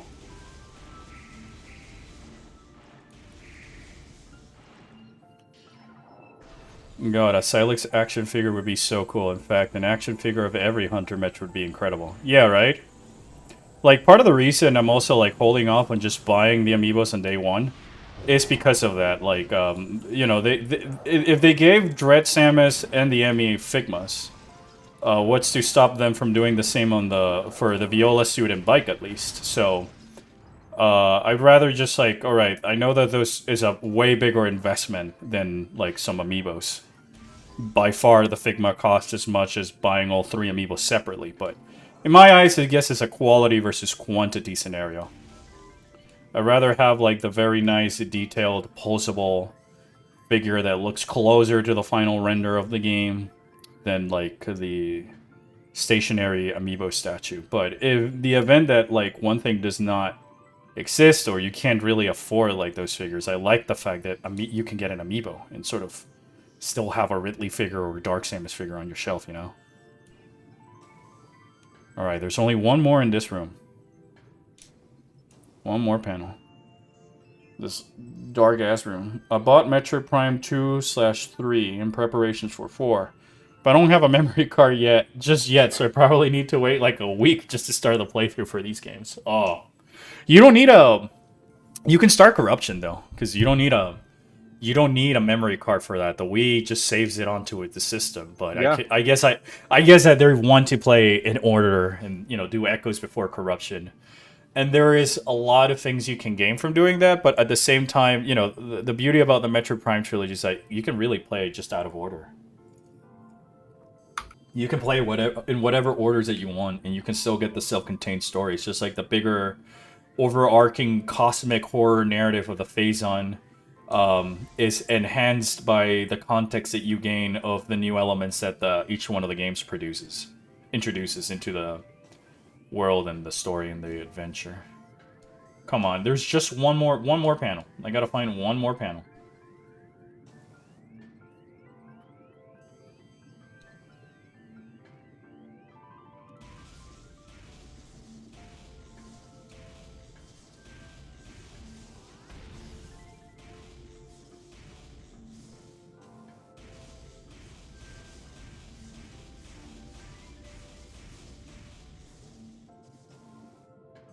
I promise that my sporadic shooting is mostly so I can see on my monitor and not because I'm just have no idea where this is at.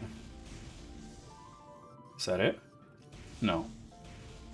At least the developers were kind enough to make the panels like its own unique model.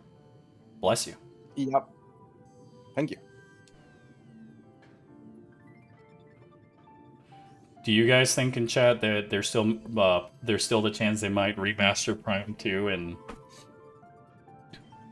3? I think there's still a chance, given the fact that they haven't done the Mario Galaxy Pikmin 1 and 2 bundle yet on the system, given how close we are for Prime 4, and that, you know, remaster was like 2 years ago. 2 or 3 years ago now. Do you have a favorite Metroid reviewer? Not really. Do I count? Can I just say myself? Huh?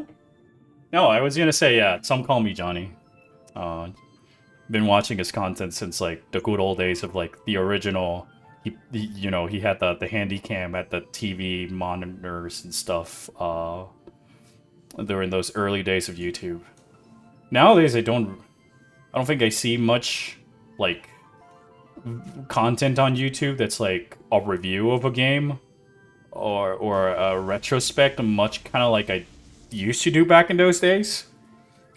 But you know, I still go back to channels like Johnny's and stuff. Always like feel some comfort from like the simpler times of the platform.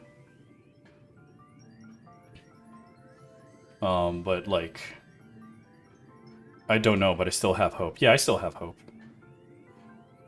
You gotta hold on to hope, dude. That's what Shadowbringers taught me.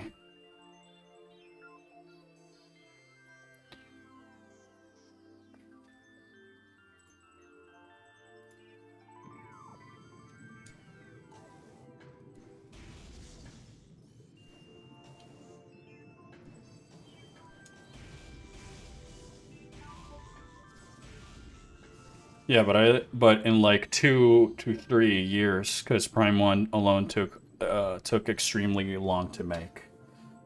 If you mean by the remaster, yes, and that's what the fact that they haven't like again made the simple here's the games on a bundle, sell it for $70 is what gives me hope that they instead pivoted to like, all right, Metro Prime Remaster sold like crazy. A game with no previous marketing that just shadow dropped and released the same day on the eShop. Sells like 1 million copies almost overnight. It's insane. So like maybe that and I do remember that there were some interviews with like some of the devs and stuff or whatever where they said like Nintendo just had it with Prime 1 and they wanted to do Prime 2 and 3 in like a bundle and just port it Skyward Sword HD. But the fact that we haven't seen it and then the overwhelming sales and critical reviews that the first remaster got, that I think like there's probably a chance of it. Don't think Nintendo will do 2 or 3. I would love to, but not exactly hopeful. That's understandable. And do you ever plan on playing Castlevania games? Maybe. I haven't played Symphony of the Night since I was a kid, so I always wanted to go back and replay it, but Konami is dumb. Shocker, I know. And they haven't put that on, like, the Switch or something, so I can just play it whenever on wherever. Mind you, they also just announced it in a random direct, where all of us died in VC. Yeah, I even made a whole animation of me just imploding. Oh, I found it. It was right next to the first door. No surprise there. Very Metroid.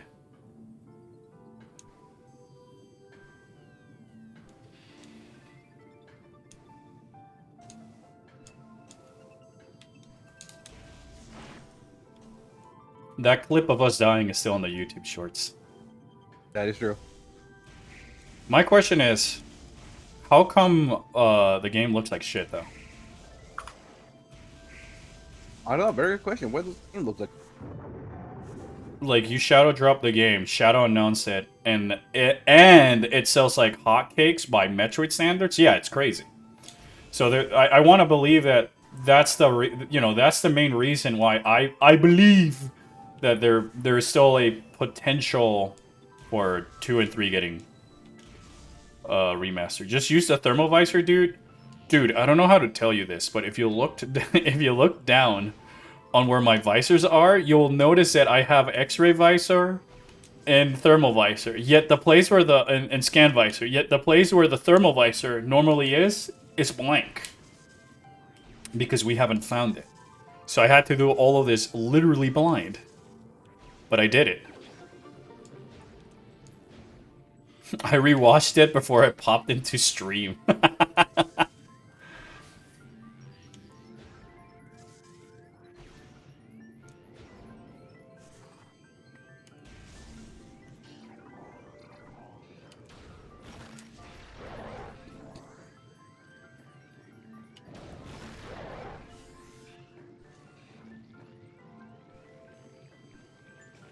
Yeah, I was messing with you. Love your reactions. How? Okay. I usually like to do bits and stuff like that, so... You should be proud of yourself. Why? Because I made it through the rooms without the thermovisor? In which case, I have the smuggest grin on my face right now. You can't see it, but I do. We need all of us in VAC again. It was so chaotic and so fun. I mean, I would love nothing more than to have all of my friends over for co-hosting my streams, but unfortunately, you know, scheduling, time zones, we all got different schedules. It was certainly different, like, when we started streaming, because it was closer to the pandemic, and we were all just playing Smash Brothers, or Monster Hunter, or Final Fantasy, or Animal Crossing. And work is, you know, everybody was working from home, so, like, yeah, I can afford 10-20 minute break and go talk to my friends in the voice chat and then get back to work. My boss won't know the difference. Another Chozo artifact. The Chozo artifact of truth. She speaks that true truth.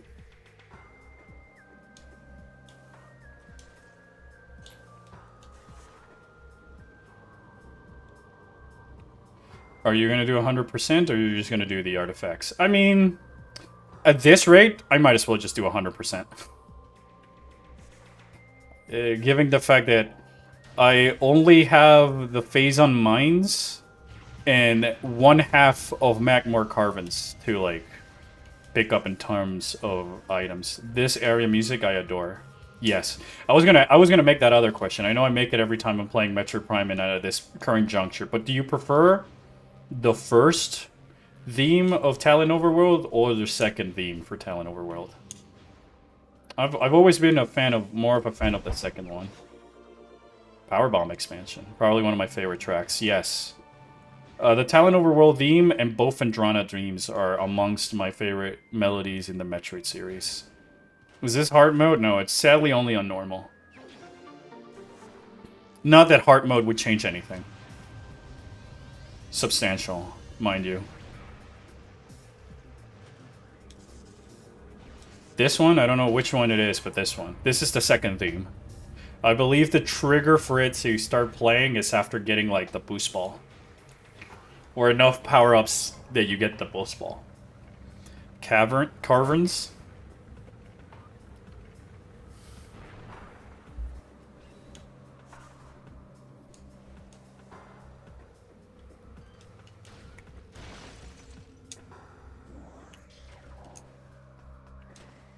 Well, this might be the final instance of spooky Chozo ghosts in the run until the ending.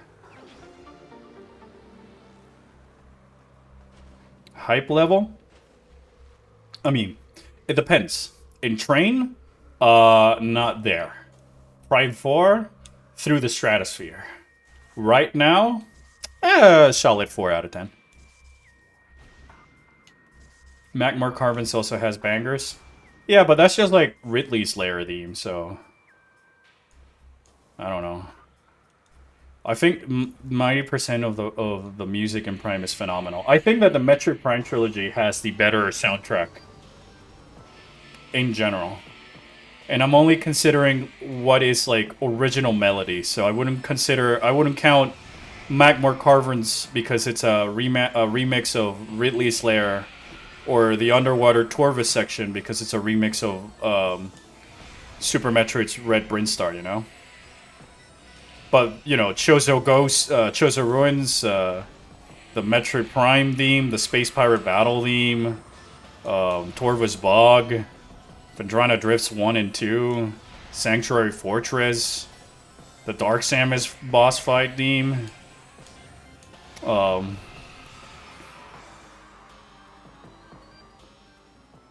even then, when you just consider the unique songs that are in the Prime trilogy, I think that there's so many bangers that sort of outnumber the ones in the vanilla games.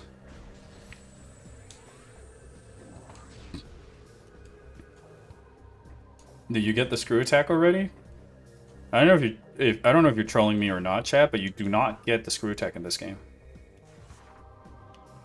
Bloop. I always like that hole. I would agree. Because I feel like if we count the returning songs, then, like, all right, it's kind of unfair because there's no It's unfair. Super Metroid did not have the luxury of coming out later and being able to remaster like the Talon Overworld theme for its game. All right, that's Talon Overworld.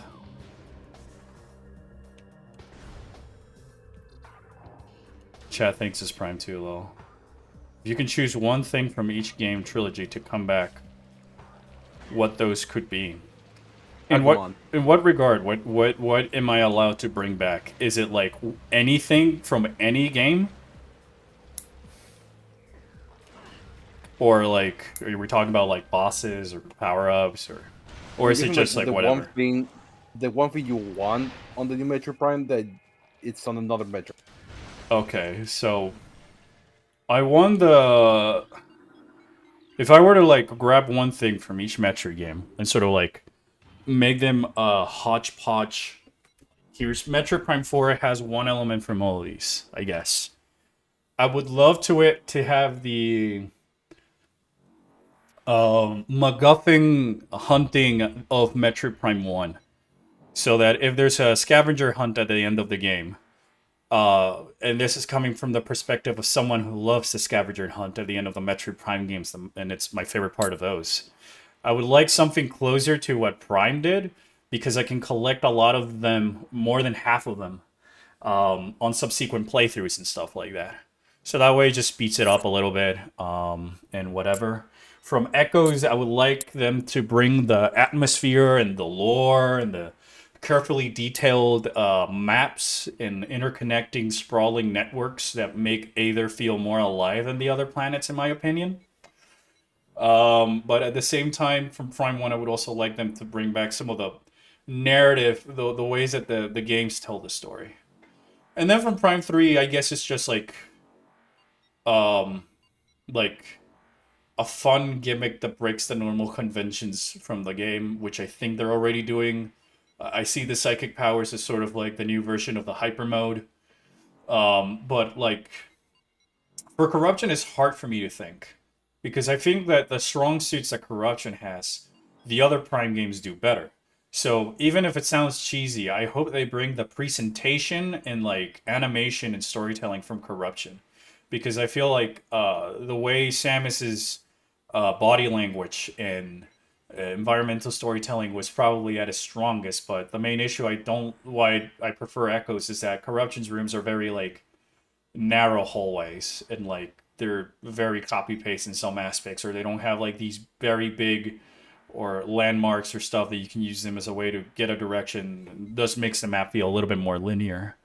So I don't know. I feel like for Corruption, I would like to see some of the reasons and more of like the secrets of the world, because like I like the fact that each one of the planets had like an underbelly of sorts that you only discover later. Ice Brio, the Xeno research facility in the Sky Town, the GFS Valhalla, and all the spoopiness and stuff like that.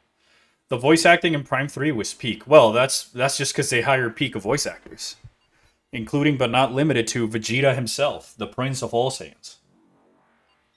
True that. He is Silex.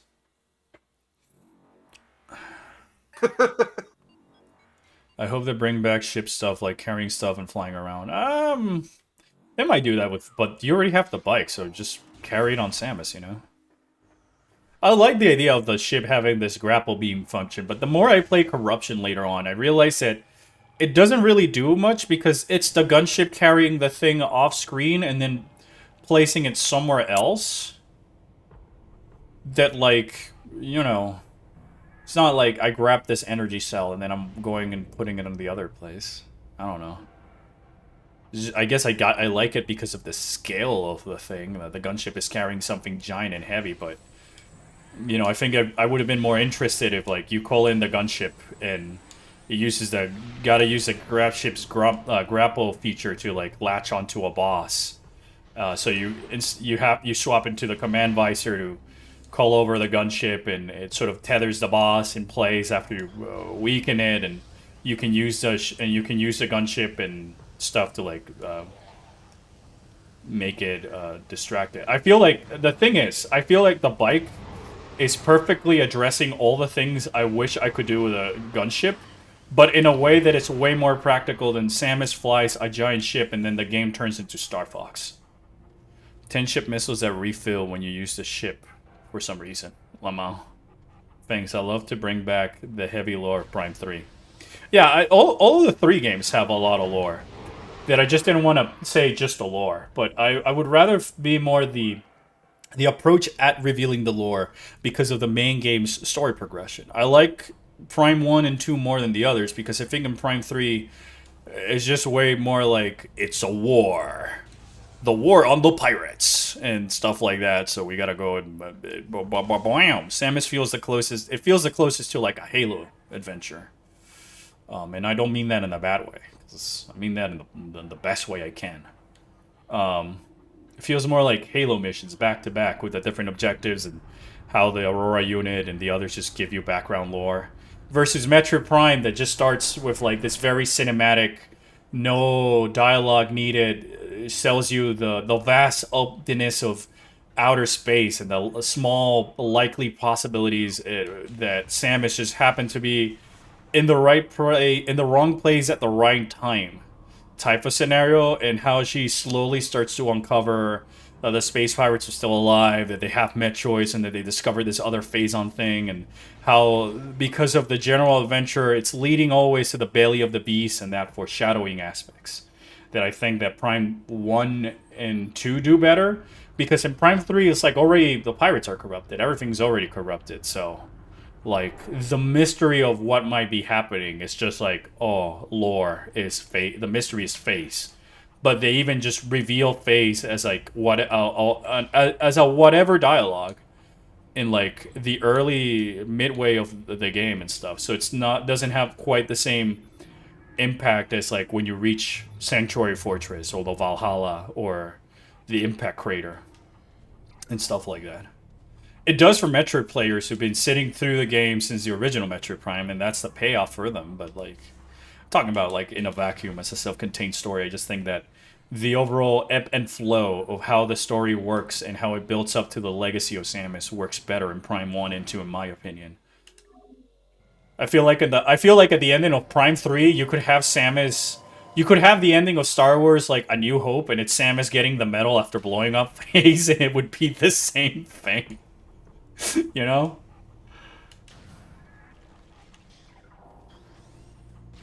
I don't know. I do like Corruption a lot because it offered a bigger variety of lore, because it wasn't just one alien species. We had the Reptilicus lore, and then some more Chozo lore, and then some more Space Pirate lore. But I feel that because the planets are segmented, and they're not big interconnected, that they feel like much smaller civilizations that are hinted to have been this bigger thing than the opportunity of actually seeing more of these civilizations and the planets that they lived in and how they adapted to different environments and different situations.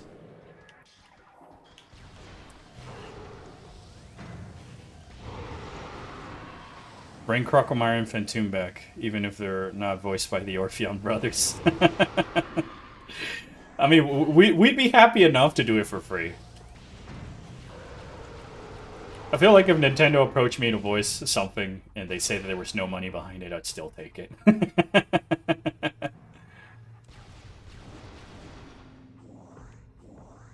I hope you will get the item marker from the 2D games in Prime 3, because 100% Prime is kind of tedious. Yeah, yeah. I think they might do that. Or if not, the compromise I've always thought that I think might make for the most interesting thing. With no guide? Well, how do you think I did it as a kid? Twice! I had to do that shit on Primes 2 and 1 and 2, and I didn't have the handy-dandy convenience of going on, like, the internet and, like, having a visual guide or a walkthrough. You just follow along that tells me where all the items are. And I also... I actually had to wait for, like, Nintendo... Not even Nintendo Power. Club Nintendo magazines to hopefully have, like, the updates to the maps of Prime 1 in Fusion, just to be able to do, like, the 100% with that stuff. But even then, I remember doing it as a kid because I didn't have anything else to play. I didn't have the internet to just go look up at YouTube. You know, I only had the things that were there present in my immediate vicinity. So, like, what else was I supposed to do in a dark, stormy school night than play Metroid Prime and just try and find the items that I missed? If anything, that's a moment where I actually started reading all the scans, because I was like, all right, I'll just go around the rooms and whatever. Oh, here's the thermal visor. Now we have all the power-ups. You know? And I kind of like that. So the compromise I felt for the Prime 4 that they could do is if you scan an item, right? Then have like the ability of either that it normally just puts a marker or a reminder on your map because you already scanned it. You saw it and you scanned it. And therefore you can still have one or two like secret items that you maybe have to blow up a wall or something to scan, and then you can access it as a way to just like and then you can have those normally be like, you can normally tell where those are because maybe there's another facility like the one in Corruption that you can access during the cleanup phase of the game that would show you the location of all the power-ups no matter what type of stuff. You know?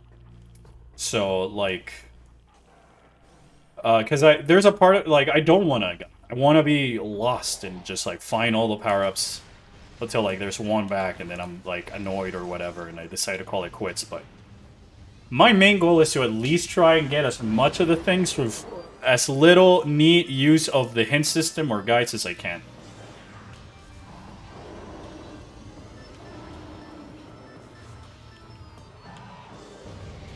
How many power bombs does it take to kill the face on Elite? Let's find out.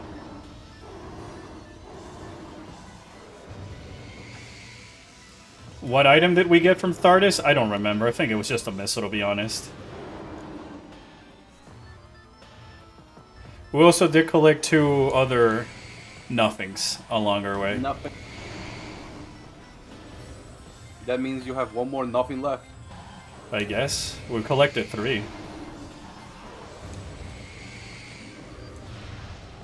Albert, you know so much about Metroid. You make me feel stupid and not worthy of being a fan. I don't say those things. I just have the hyperfixation is all. Like I cannot like explain or like capture. Oh my gosh, another missile. Like how magical this game was for me when it came out. Cause like I you know, I came from playing Nintendo 64 first-party games and Banjo-Kazooie and all this other stuff. And then I get Metroid Prime that's like this dark, eerie, desolate world that's completely different than all the cheery surface-level stuff that Nintendo puts in terms of lore. And here's this game that's got like so much lore and you know, a book's worth of lore scans for me to read and get immersed in. And it was back in an era where, like, I couldn't just go on the internet and have, like, you know, some guy spoon-feed me what the lore means or whatever. I had to go and scan it for myself and read it, and all of that is just so magical. And I guess especially during a period of my life where, like, I had more free time because, like, you know, I was a kid. What else I had to do besides homework? And there's, like, no internet and no social medias and stuff like that for, like, time wasters that I just brain rotted over this series over and over again, because again I had to wait until somebody traveled out of the country to maybe bring me a Nintendo game so I could, or a movie or a book or something. Yeah, at least it's not nothing. At this point I'd rather get nothing because it's at least funny. So this game was like lore heaven for you? Aw, dude, you have no idea. Like, I felt that I picked up when I picked up Metroid Prime, I might as well have picked up the King in Yellow and just be cursed by the contents of the book and stuff like that, or like the Tome of Eternal Darkness, or type of stuff. Like the lore was not just like heaven; it was so much, and it was so rich, and a lot of it, you know, as I keep clamoring, is tied to the ebb and flow of the progression of the game. and the environment and stuff like that. So it wasn't just that it was like a very detailed, heavy lore world. It was that everything of it felt so, because of how it tied itself to the progression of the game and the visual narratives and stuff like that, it just allowed me to sort of imagine the thought process that was going around Samus's head and all these other wonderful things that just became more of like an actual living, breathing world, far like beyond what I've seen in other games before growing up. Now this is just kind of the, you know, the standard. You buy a giant AAA game, you're expecting, you know, 50, 100 hours of lore explained via side content and cinematics and stuff like that. Well, in this one, it was just like, you know, I just read a thing, but the content, the lore never came in the way of the gameplay, is what I liked about it. I wasn't sitting there and hearing Solid Snake, you know, Metal Gear Solid takes 3 hours for you to actually start playing the game type of game. No, it's just, you're on the Orpheon. It's already going out telling you the story without a single word of context. And it's all creepy and eerie and beautiful in that regard. Do you think that Retros knows there was a debate about spoilers for Dread reveal crate in the trailers, and that's why we haven't seen much of the mid-game, or they're not that terminally online? I think it's a mixture of both. I think that Retro is just very good at staying quiet in general in the first place. And this seems like a track record with their other games as well. But I do feel like they've listened a lot of the feedback and comments that people have had with Metroid Prime Remaster and Dread. And you can see it between the decisions of what mechanics are putting in the game. Because, like, for example, I can see the bike being away because because when I've talked to people who've never played Metroid Prime before, and they told me, like, Remasters was my entry point, and I love it, but the game is so slow. And the backtracking, I wish there was a way for me to go faster and all this other stuff. That, you know, they added the bike so that there's a little bit of both, but I wouldn't be surprised if later alongside the game you even unlock a more immediate means of transportation than the bike for like the cleanup and stuff like that. So I feel like they know and they understand the hype and the stakes and the sort of legacy that Metroid Prime 4 has, because it was a project that's been teased all the way back in 2007, since like the original Metroid Prime 3, when the original like Retro Studios like that was like that team's final game and stuff like that. So like there's a lot hinging on Prime 4, and I think that honestly the best thing they can do is just stay quiet about it and just like release a couple of commercials, a lot of trailers, and show players just enough to know what are the new main gimmicks to get them interested, rather than just like, all right, here's a trailer with Ravenbeak and Kraid and all these other things. I wonder if there'll be a psychic barrier as a shield armor, like Thunder Shield, something in Samus Returns. What if Samus had a melee hit swipe in Prime 4? Yeah, that both of them would be cool. I could see that. I like the fact that now you have a 4-way dash rather than just a side-by-side in Prime 4. And I even noticed that Samus has some new unmorphing animations when she's rolling backwards, where she just doesn't like stop in place, but she just like actually keeps like trotting backwards. That wasn't in the previous games before. That looks so fucking clean. Do you think they will make a scan reference of the phase-on events like in Prime 1, make a reference of Sevis events? For sure. For sure. Most of the Prime games already have a callback to the 2D games or the previous games, that I would be surprised if they don't do the same thing with Beyond. Why do the space pirates have devices that require the morph ball if they don't have that technology?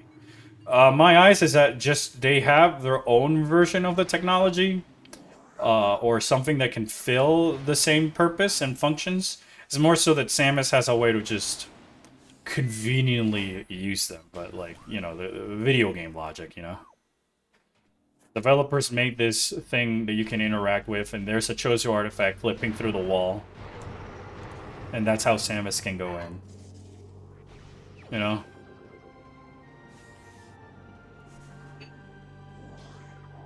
The better question is, how does Samus putting her hand on the Metroid Prime 3 Space Pirate Homeworld panels just allow her to activate the devices, you know? Is it? I guess I always saw it as like, all right, she's got enough face on corruption that maybe the biosigns the on by that point in the game is just detecting whether something has phase on or not to activate it, but I don't know. Does it matter? I don't think so. It's just a video game mechanic.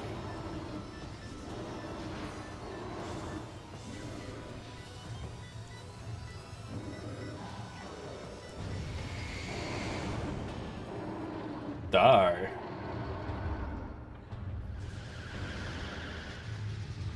Jay, why are you saying? Why are you distracting me with this? I don't know what you're talking about. Why? I don't know what you're talking about. Jay, why?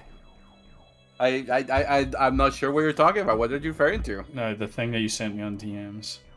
I sent you something that's a lie. I've done nonsense. Oh my gosh.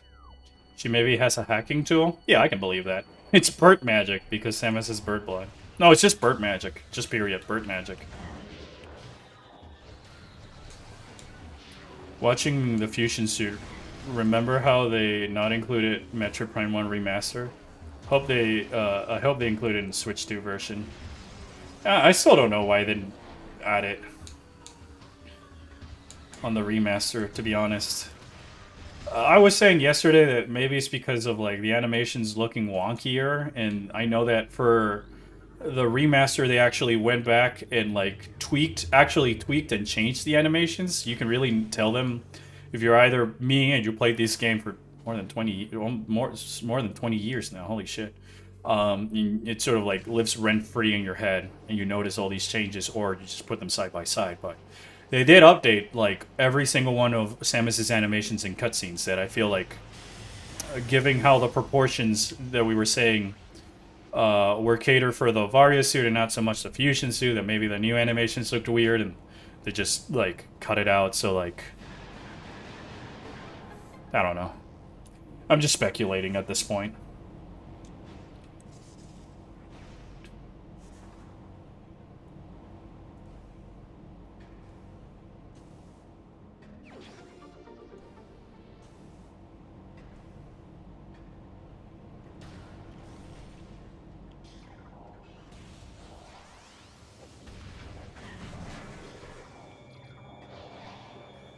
You guys are no threat right now.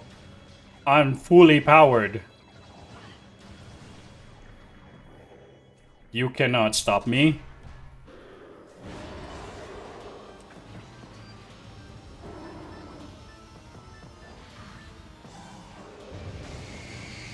How did the poison gas affect Samus? Shouldn't the suit protect her? Not necessarily.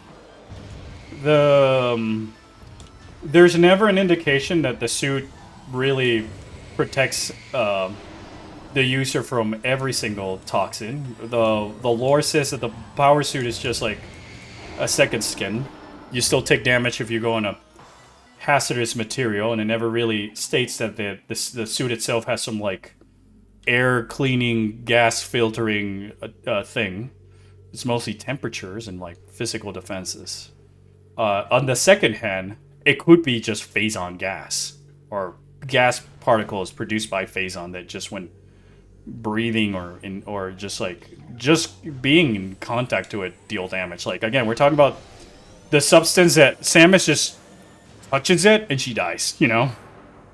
So considering that it's there's all the puffers and all those other stuff, they're already producing chemicals, and the phazon corrupting and mutating a lot of the bioforms on the planet in general, that is just one of those other things, you know?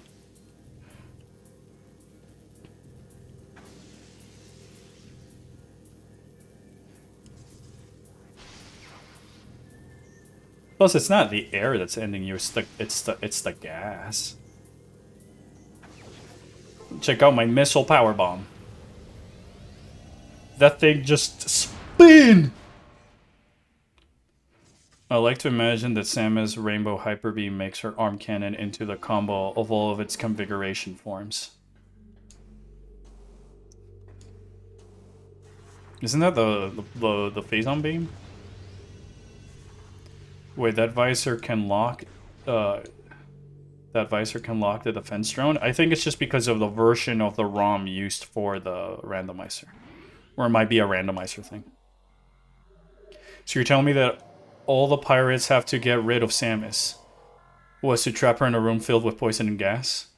Yes, the problem is that they can't just keep her trapped into the room. She always finds a way to get out, you know? In theory, if you think about it, killing Samus is no quote-unquote different than killing any other person.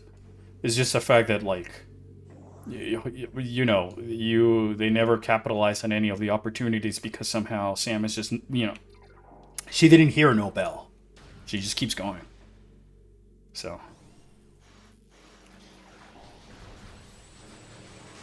Super Metroid's Rainbow Hyper Beam. Yeah, no, I'm talking about the arm cannon configuration, though. Less so much about the Hyper Beam, but more so the fact of having a beam that had that arm cannon configuration, but I think I might be wrong.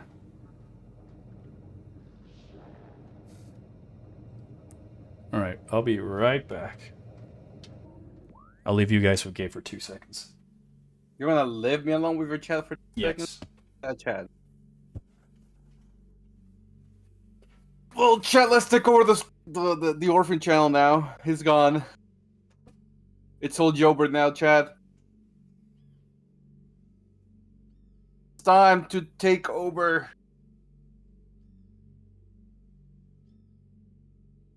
But how we do it, chat?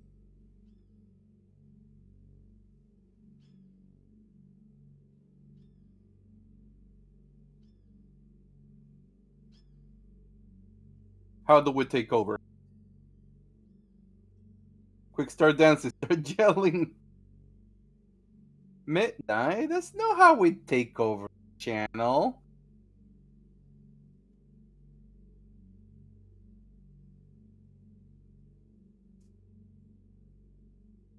You know what, Midnight? You're not allowed to play Kirby. Your Kirby privileges are gone. Yeah, you can say Tumble for free while Albert's not here.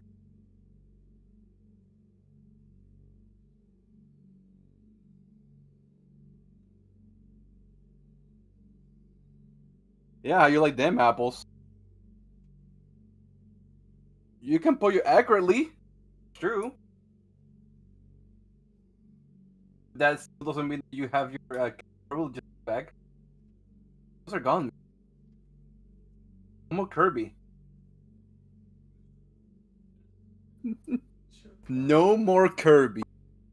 No more Melee. And I'm throwing this orange GameCube into the trash.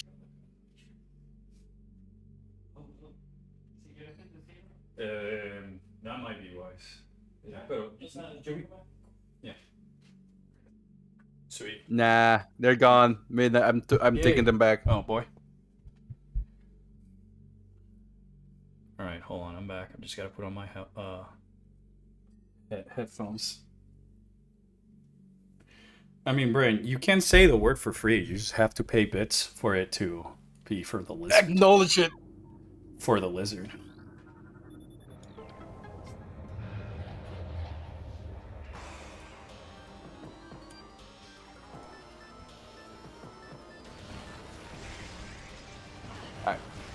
Now, chat, I'm gonna leave you alone with Albert. I'll be back. We did a relay. First, I took my 2 seconds off stream. Now you're gonna take all your time off stream.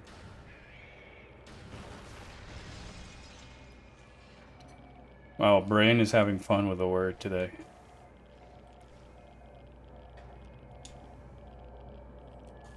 Whoa. I was hovering between the 2 platforms. The 2 moving platforms, no less. Libu Emu!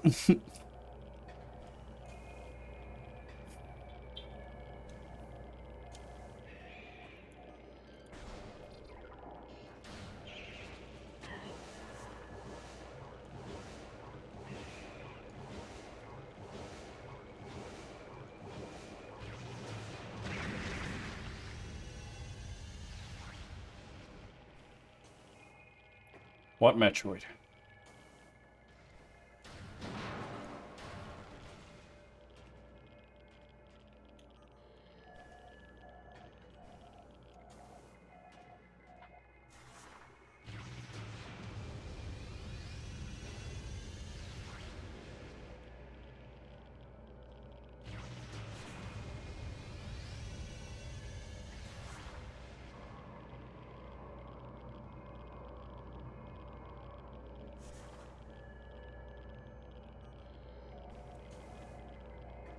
Always happens.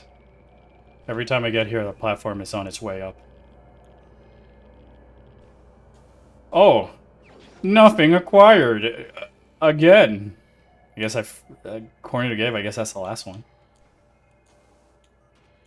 Why are there nothing acquireds? What item?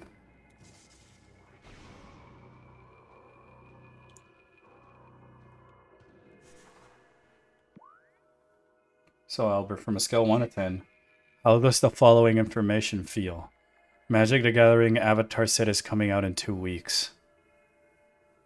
Gosh, how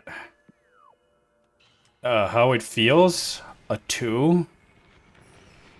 Like, I remember, like, I know the Tellurian Community College, shoutouts to the professor and all this other stuff, has said it as well so many times, but I feel I can concur. Like, it's sad that I'm having, like, my wave back at Magic, where, like, I like the idea of just playing the game and drafting and stuff like that, but it happened to be in the era and time period or timeline or whatever you want to say in which Magic has become Fortnite. And I say that knowing that there is a Fortnite Magic the Gathering card stuff, where, like, this year we had, what? A few collaboration events, then there was a Final Fantasy one, Star Trek, and now Avatar and Spider-Man. So, like, it's at the point where it just gets tired that, like, I go at the table and I'm gonna face someone else using, like, some deck that might not have a lot in common with the world or themes of Magic the Gathering. At least with Avatar, I can kind of see, like, a little bit of the similarities between Planeswalkers and Benders and the politics and stuff like that to a degree. Final Fantasy, you know, yet another thing that was inspired by Dungeons and Dragons and all that other stuff, but, like, you know, you got Spider-Man. And it's like a whatever set, just to put one of the 6 Infinity Stones so you know that there's going to be 5 more Marvel sets. You know? I remind myself that Magic is also a card game. This is my own doing and my own fault. Well, I just like card games in general. Jack of card player over here. I know that me saying I'm a jack of all cards to my chat probably means nothing to the majority of you. But that's a title I have in Final Fantasy XIV that I'm very proud of. Albert, I named one of my characters Magic. I know, Midnight. I remember. I read the bio and everything that you sent me a couple years ago.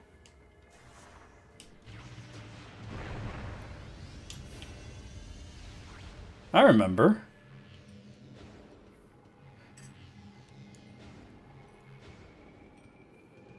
In fact, that last I remember is supplying feedback. You said that you were going to take some of it and then send me an update, but you got busy and, you know, never happened, so. I hate it when that happens. I'm also guilty of doing the same, mind you. Yeah, I'm sorry for bringing it up. I just want to find some peace by having someone to suffer along with this. Don't worry. I was already suffering with it before. I was honestly, I was excited for the Final Fantasy set because it was, if there was ever, like, a brand that I felt worked great for something like Magic, was Final Fantasy, because, like, it's wizards and monsters and classes and they cast spells and sorceries and. Are you talking about Yu-Gi-Oh? No. Why would I talk about Yu-Gi-Oh? You said monster, spells, sorcery, casting, yeah, summoning. Well, I'm sorry, there was this other card game that came out before Yu-Gi-Oh that had magics and spells and sorceries and... D&D? Magic. Which is made by the same people who made D&D. Or company, I should say. Not the same guy. Anyways. So, like, you know... It felt like, you know, the D&D crossover for Magic the Gathering and Baldur's Gate, all that stuff feels on brand with the rest of the things and the cards and the lore and the world of Magic the Gathering versus Ninja Turtles, Transformers, Sonic the Hedgehog, Stranger Things, Fortnite Battle Pass, Street Fighter, Godzilla. Well, Godzilla fits a little bit more, to be honest. I don't have Sonic enough the Istola Hedgehog. to consume. Are you sure about that? You just gotta go online, type Istola. There'll be more content that you can possibly fathom. Only problem is that with Istola fans is that that's Yoshi P's waifu, and he said that he cold dips and that he works in the game, so you can't beat him. So I'm sorry about that. Besides, who needs Istola when you have Lizard? What if Istola was? I just hear Croco going, huh? What if what? What if Istola was Aura? It's not my Lizard. Chad, it changes a lot when you just like your character like I do, that the NPCs that are your party members don't really matter. I mean, to be fair, the Science did nothing of importance in the previous expansion, so... If Yoshi Peel called dibs, then you gotta respect it. I mean, the guy makes the game. I don't.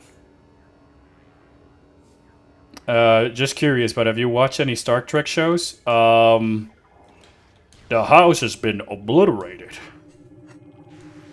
Yeah, I've watched Star Trek The Next Generation. I haven't finished watching, I'm still watching it. I'm loving it so far. I've been watching it, like I was in a big binge back when Xenoblade X came out. And then Xenoblade X came out and I got sidetracked with that game, but I'm going back at continue watching it now, especially as I'm grinding things in 14. But I really love TNG. Like, it's a phenomenal show. Way ahead of its time in terms of how smart the screenplays are written and stuff like that. So, like, there's a part of me that's excited that I get Lieutenant Commander Data as a card, and he's my favorite character in Worf and stuff like that in Magic the Gathering. But like, I wouldn't say that Star Trek really fits in terms of the Magic the Gathering world.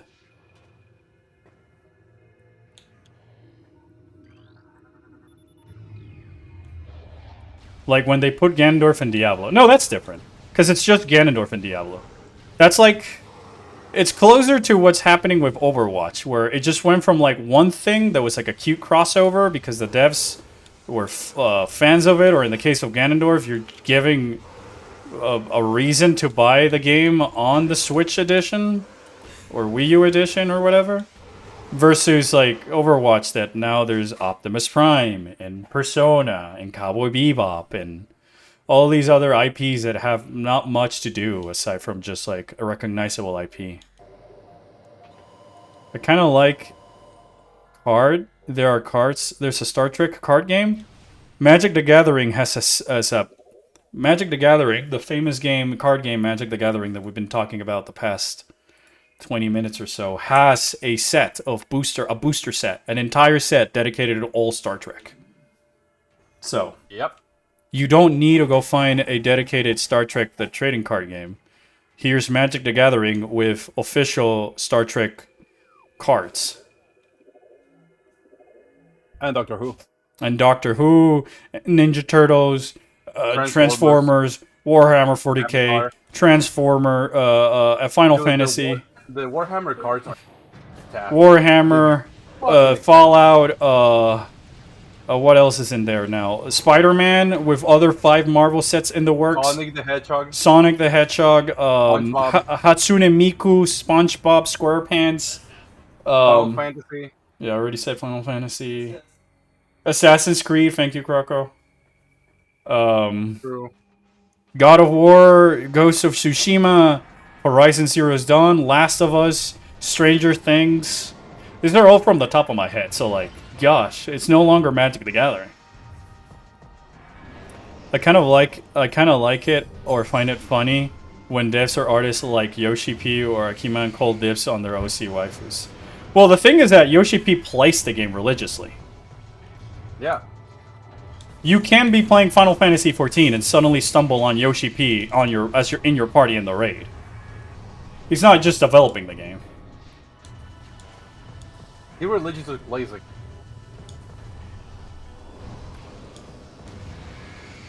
Yeah, I remember the space theme that we're putting out in July, and then I immediately forgot about it because Spider-Man was out, which I immediately forgot because Star Trek was out, which I immediately forgot because Avatar is out, which I'll immediately forget because, you know.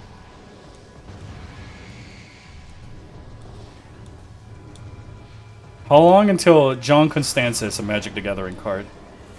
And if he were a card, what colors would he be? And why is he blue-black?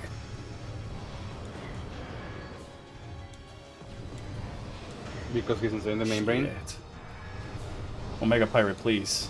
You're very beautiful and all, but can you give me some space?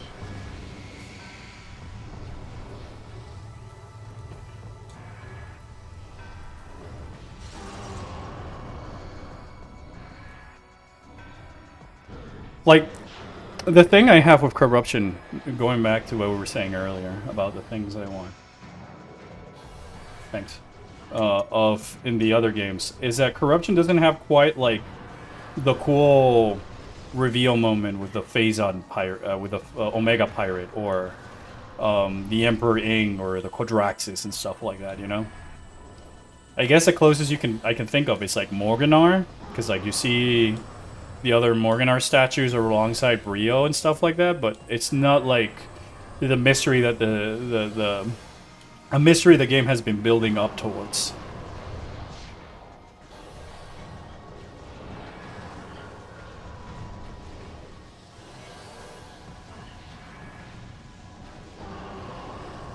Can I one-shot it? Can I one-cycle the Omega Pirate? Probably not.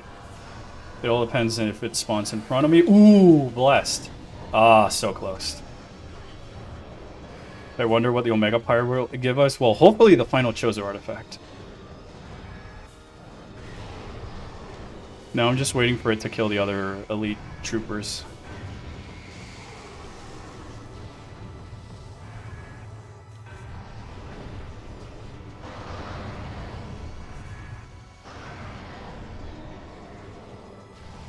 Two out of two is great though. Rolling up with a power bomb. Magic the Gathering is getting 7 extra sets next year. 7. As if the perpetual hype train is an overall exhausting. I think the problem with the perpetual hype train is that like I don't get to fully consume and get acquainted with all the cards that are coming out, so like there's way more cards than I can keep track of. And like I just cannot. Like, it makes wanting to get into it and build decks so much more difficult because there's just way more cards to consider now and consider later than there was before, you know? Yeah, especially for a game that is all about... Yeah.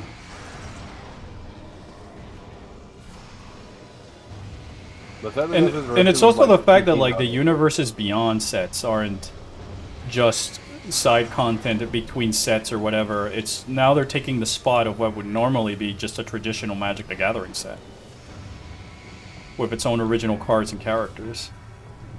The professor isn't even capable of keeping up, and that's his job.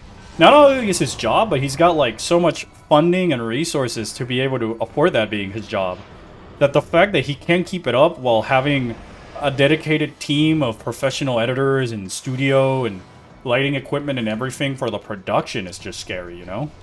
It's just that the machine on which and the pace and the rate at which the Magic the Gathering cards come out is far quicker than anything. Which also, my biggest fear is that it slowly might be like killing the game for me. Because like I said, I can't keep up with the cards that are coming out, and I don't feel like I get the chance to just enjoy them and play with them before there's a new set out, and I have to, if I were like going to Friday Night Magics or interacting with other players regularly, have to keep up to date with that as well, you know?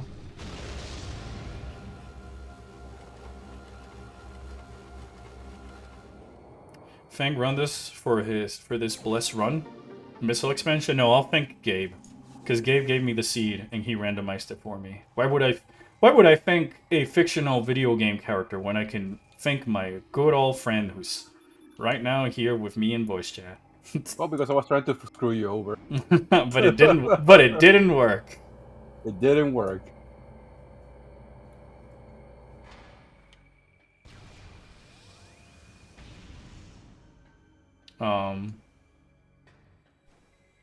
The Omega Pirate Cha-Cha Slide. Yeah, somebody please clip that. That was hilarious. And I haven't really been recording these streams because I feel like I do randomizer streams so often that I'd rather if it's like if I have like another guests and more co-hosts, or it's a special location or whatever, I might record it for it. But like, if not, the VOD channel, Orpheon Station, by the way, would just be Metric Prime Randomizer. Part number 146.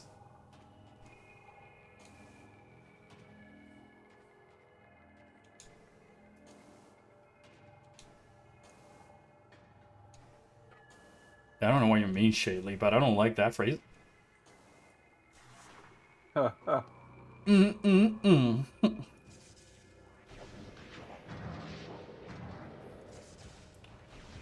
Silly pirates.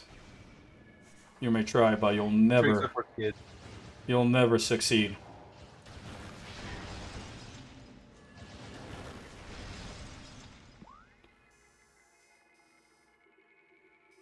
Oops, I missed an item.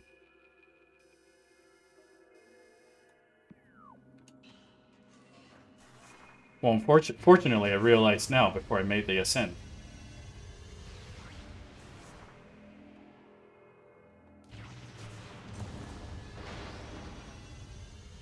Unless... Nope, that's the final energy tank.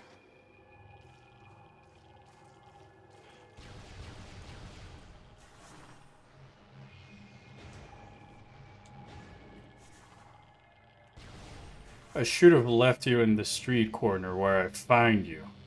But get it! I need to find that vine.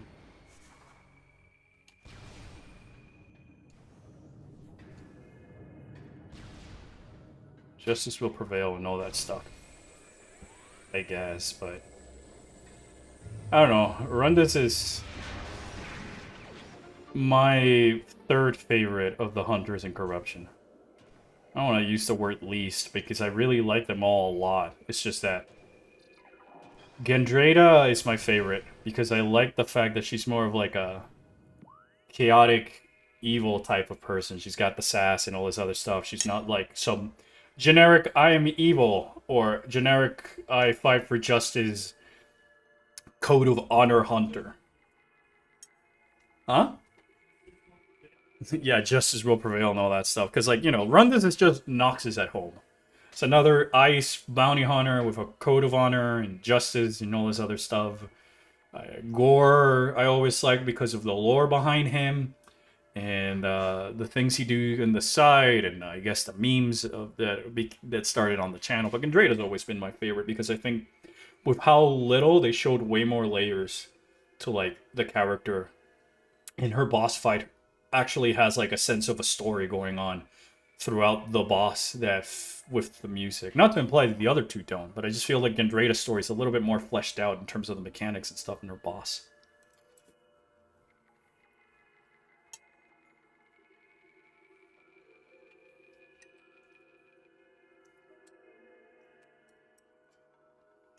I'm also having lunch.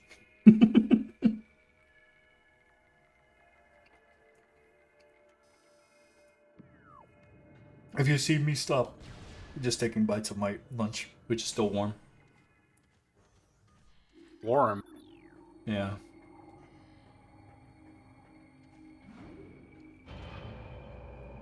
I too eat on stream, lol. Well, I try not to. I like my meal times for like a moment where I'm just disconnected from everything. I'm just enjoying, I guess, the meal, catching up with my messages or whatever brain rot.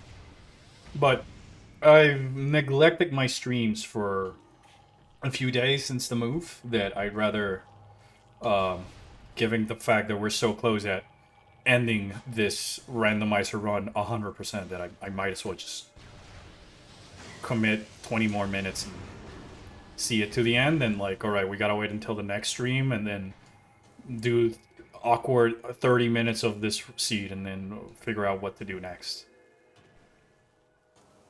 Is Gandrada an energy being or a see-through squishy thing? I don't really know. I want to say more of like a mixture of both. Where her body and her abilities of transformation is sort of like electrified. That maybe like changes the cell structure or whatever in her body, whatever Star Trek answer you want to think of. And makes the transformation happen. But I want to imagine that her body is also sort of like there's something solid and tangible with her body because you can still interact. She can still interact with her environment and stuff like that. That if she was like a being of pure energy, I don't think she would be able to do it.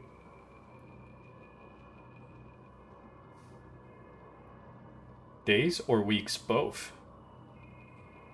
Yes. What is your process in the rando? Well, my process is usually like find power up and then see how much I can explore and try to find as many other power-ups as I can.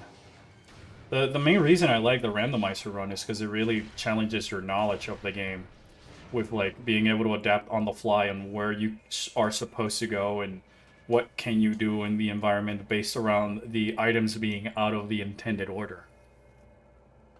So like what I usually try to do is like, all right, if I got a missile, I'll check every door that I can open with a missile. I'll check every block I can destroy with a missile in the hopes of finding another power-up that, you know, helps me play. So I guess it's, you know, it's not too different than what you would normally do on a blind run.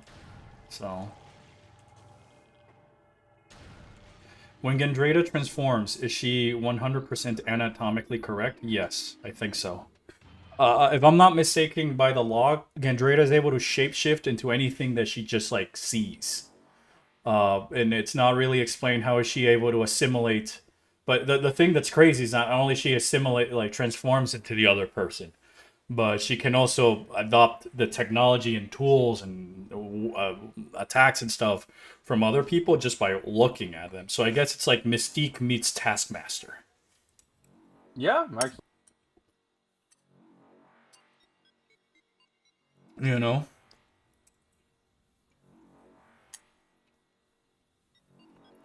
Speaking of Endy, I will end my own state of being awake. The state of sleep is calling me. Well, Shadley, you gotta answer the call. But thank you so much for tuning into the stream.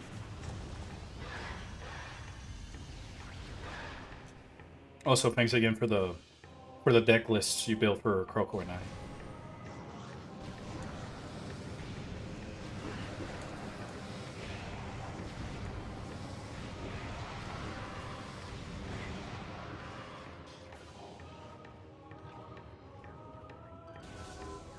And unfortunately, the same behavior and weakness. Yeah, well, I mean, she's just copying the thing. She's not necessarily improving on it. Or able, or perhaps she's not even, like, I guess that what that says is that she's only able to sort of copy and not necessarily mix and match, you know? It's like a safe state of sorts. She cannot just, like, grab one thing from one creature and then mix it with a feature from another creature type of stuff, maybe. Unless it's like, I don't know. Like I guess she has to see like a whole package and someone do it and then she can replicate that rather than her herself being able to replicate the ensemble of things she has available. But you know, we only fight her for a boss fight. There's not much stuff, so no amalgamations, no. I kind of wish we had a Prime Hunters 2 that has the Prime 3 Hunters before their deaths in Prime 3. I'd rather have a Prime Hunters 2 that has all the Hunters from Corruption and Hunters. Because I think there's just so much cool potential and side stories and lores and backstories that doesn't get fully explored in one or the other. But who knows? They could probably make that a spin-off game. I've always said that like they could bring back the other M formula of the gameplay and stuff like that and just adapt it to someone like Weevil or Camden or whoever, and it still might work and offer a variety of the gameplay. It doesn't need to be Samus on every game. prequel to Prime 3 showing that they're what their lives were for Prime 3. I mean, you already get that through the scan locks, though. It's just like, I guess now it would be in cutscene form.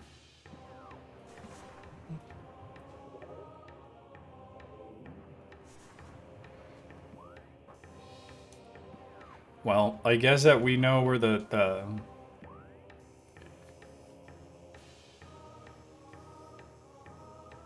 final... I think there's 2 power-ups missing, because I have 245 missiles, when it should be 250 cap. But... didn't I clean up everything? Weevil's name is very funny.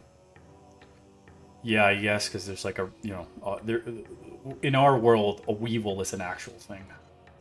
Versus a Candon, a Spire, a Noxus, a Trace. Well, you can trace things, I guess. I'm not bad-mouthing your boy. Croco was saying not to bad-mouth Weevil. This is his favorite.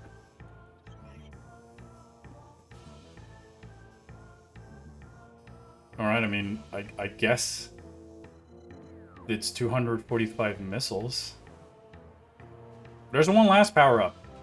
And if it's just another missile expansion, I'm gonna be very confused unless I missed something on the mines that I did not notice.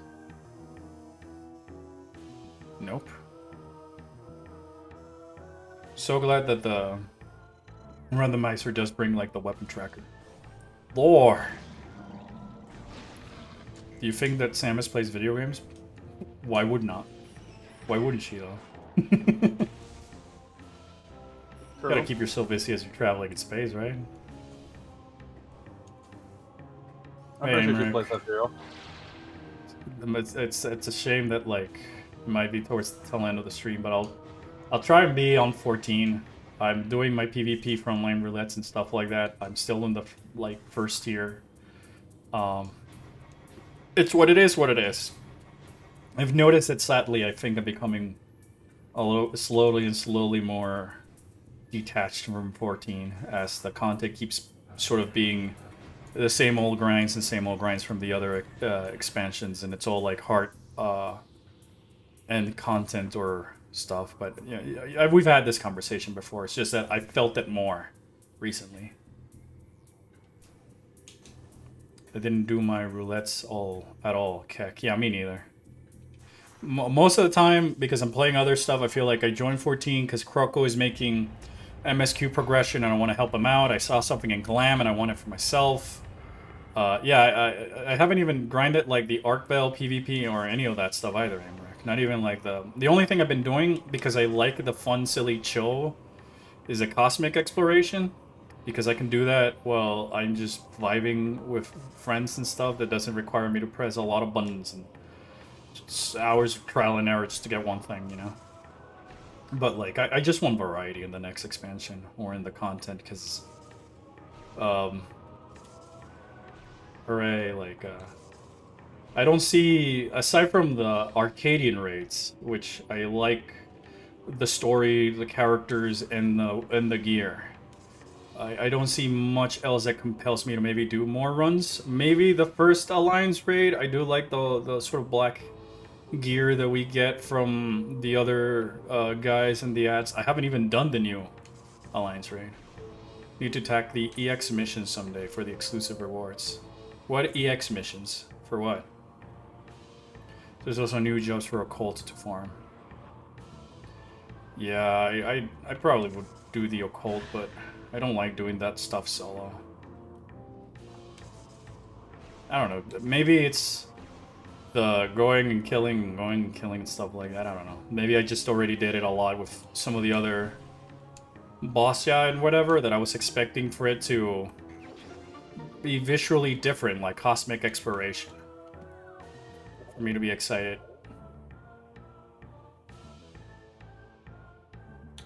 Well, I believe I have all the Choser artifacts. Do you? I mean, I collected all the items, but there was 4 of them that were nothings. So, EX mission for Cosmic. It gives tickets for exclusive rewards. Oh, the board, the hoverboard thing. Yeah, I want to do that, but I need to get better gear. My item gear is too low for me to reliably be able to farm it. And as we both know, I'm too lazy to go out of my way and gather the materials and craft the new crafting gear, only for it to be out of date when 7.4 drops at this point.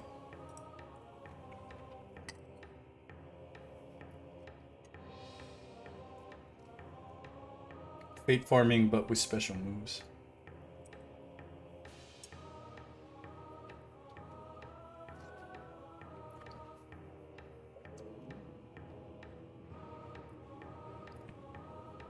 I needed to pentamill for it? Wow. I've never pentamilled it anything, to be honest. Well, I'll save at the gunship, and we'll go to Talon Overworld and see if Ridley shows up. If Ridley doesn't show up, I don't know what to tell you, but the game gave me 4 you collected nothing items.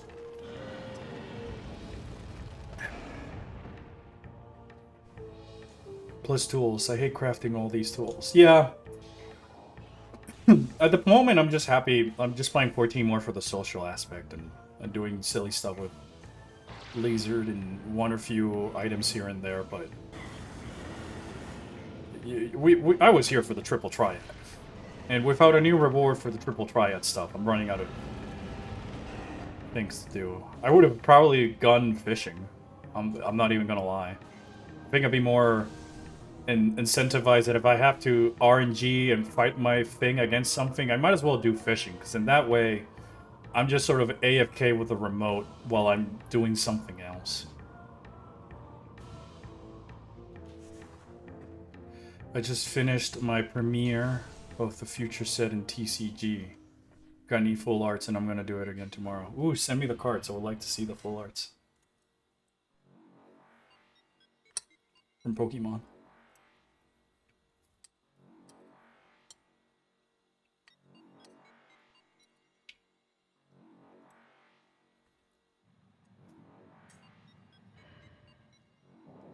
An ADHD would die from just one fish. Yeah, I get that. But I feel it's the same as, for me, it's the same as grinding for the triple triad cards. It's just that I guess there's more variety of things that you can do, but like at the point where you hit like, I need that one card. Like, yeah, sure, I've been the NPC 50 times, but I haven't gotten lucky to get the card. So it's like kind of the same thing in my eye. It's like doing Bastia and doing the same fate over and over, just for one field note and I didn't get it, or one thing. Like, I equate that as the same as getting whatever thing to drop for any other progress achievement thing, you know?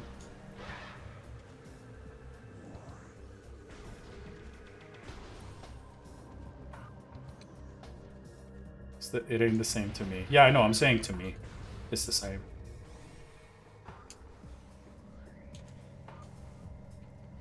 Like, in my eyes, doing all the stuff for all this gear in the Occult Crescent, and that equates to the same as just sitting there and grinding for fish, because I'm just sitting there grinding for the fate to pop and say Bastia to get the whatever, the field note, or defeat the ads that make the fate pop to try the fate, and then RNG says no. I guess the main difference is that because I'm pressing buttons versus the other one. Yeah, aim rate, precisely. My problem is the fact that, like, everything else is active, and I need to be actively thinking and playing, and therefore I get tired, versus fishing, which is just waiting, alt-tap, and I can go back and continue with my work on videos, or do something else with my time, and stuff like that, versus I'm staring at the screen, and then, alright, the thing popped in, let me grab the controller, and then I put it back down. It's kind of the same. It's just that one requires less mental input and active attention for me, that, like, makes me get more tired than the other, which is just, like, more AFK, and I can just sort of have it in the background type of activity. I guess my OCD, ADHD, WHB, .mp4, JSON works differently, but we both know this.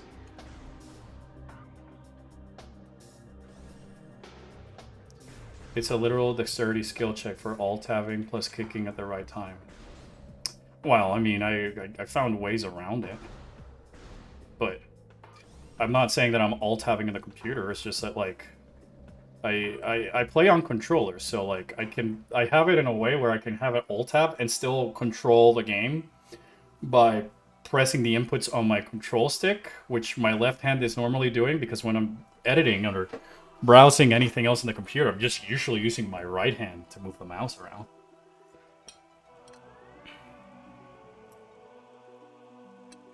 That's how I've been doing my cosmic tool for Fisher and stuff.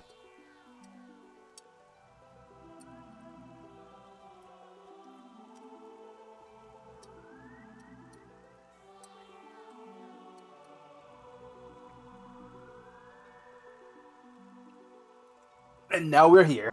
And now we're here.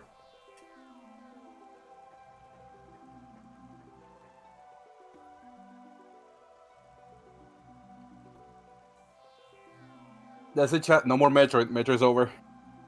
Is it? Yeah, Yeah, it is. There's no more Metroid. There's Ridley. Yeah, Prime 4 is no longer gonna release anymore. I made a deal with Nintendo. If you were able to do this run, they will not release in Prime 4 anymore.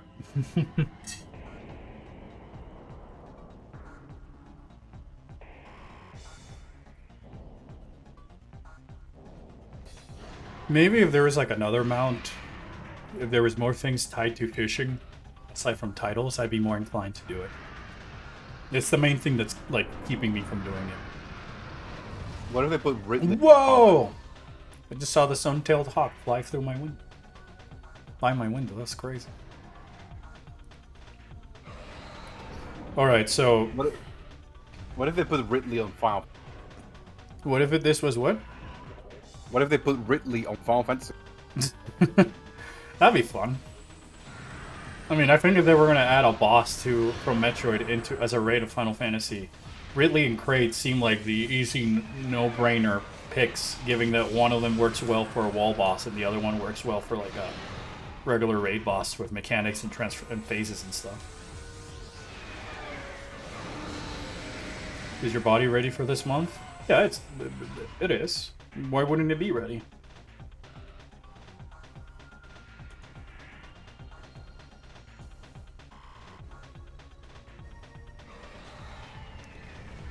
So this should be a 100% randomizer seed run.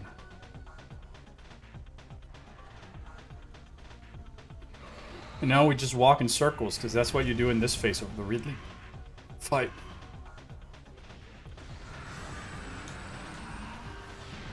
Excuse me. Oh boy.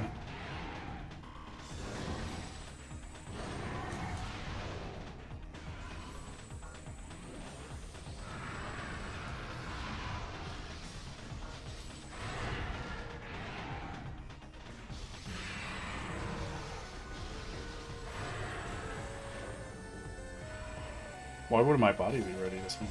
I'm not accustomed to all this Metroid information. What Metroid information? I mean, granted, if it's Prime 4 related, please don't tell me, because like, I don't want to know. I want to be blind for Prime for Beyond as much as I can at this current juncture, given the fact that it's only like 1 month away and all this other stuff.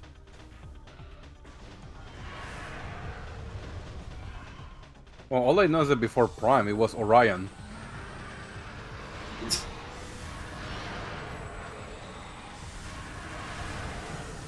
And he was friends with Megatron. It was what? All I know about Prime is that he was friends with Megatron. Oh my gosh. Bitronimus Prime. One will bit. One will Tronimus.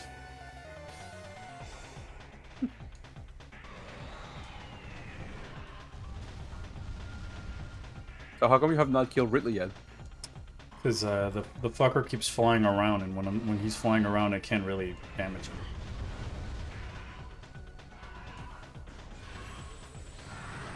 So, pretty ultimate Ruffalo. Yeah. That's why I placed him as only an A tier boss in my or B tier, I think, in my tier list video of the bosses in this game. there's a lot of downtime, and then the second phase is a little bit annoying, but still a cool boss. But yeah, you know, now it flies away. He moves way too fast for your scan to your lock-on and your projectile. Now he flies away. So I put down the controller, and I continue to have my lunch.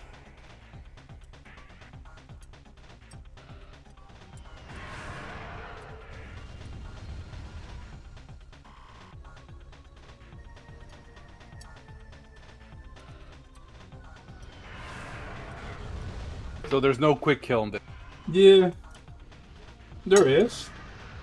For like the first phase that we are right now, if this is the correct version of the game, because they patched it out in different versions of the game on subsequent releases. Because it's kind of like Melee, where the NTSC version released first, and then the PAL version came out afterwards with some fixes.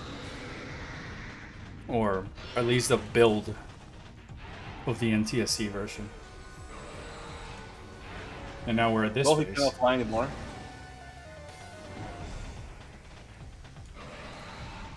The problem is that his hand always covers his mouth, and his mouth is the weak spot now.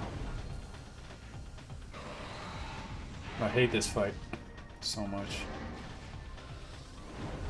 What were you doing in that corner? Absolutely nothing. Just standing there while I was having lunch. Because there's nothing I could do. Ridley's just flying out of my... out of the way. What am I supposed to do?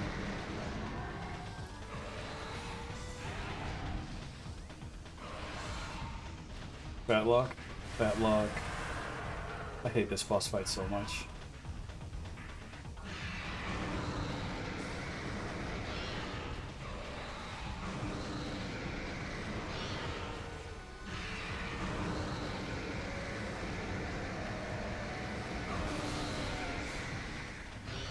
Right in the nick of time.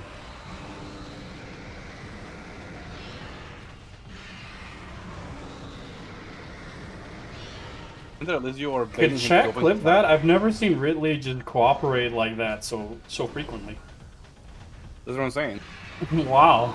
Normally this guy's just like being a jerk, but wow, he really was he really wanted to cooperate with me. If only it were like this more often.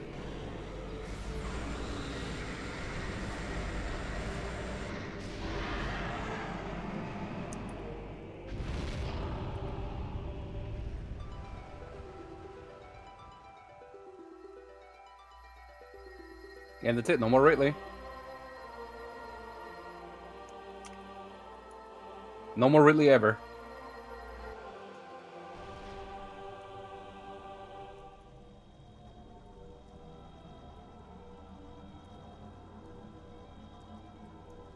I'm assuming those are Luminoth? No, Chozos. Chozos?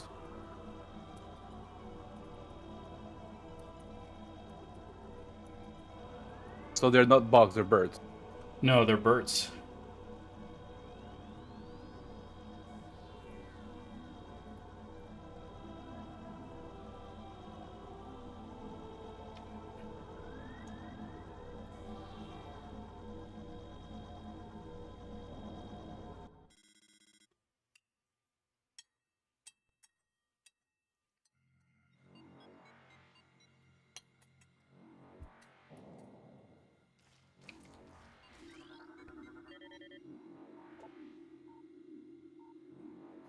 Phase on suit is located in Findrana Drifts.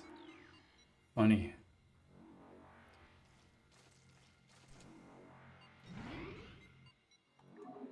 Alright, chat, my question is, do we kill Metroid Prime or do we consider this done? Because like it's just I'd say done. it's just a Just Metroid Metroid Prime Prime.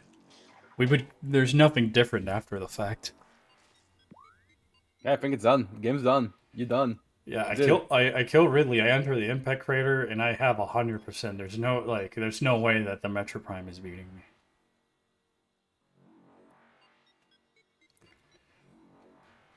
Yeah, you're done. Oh my goodness. Switch to Twitch because of unread YouTube comments. We've been reading the YouTube comments, there's barely any showing up. Yeah, I mean,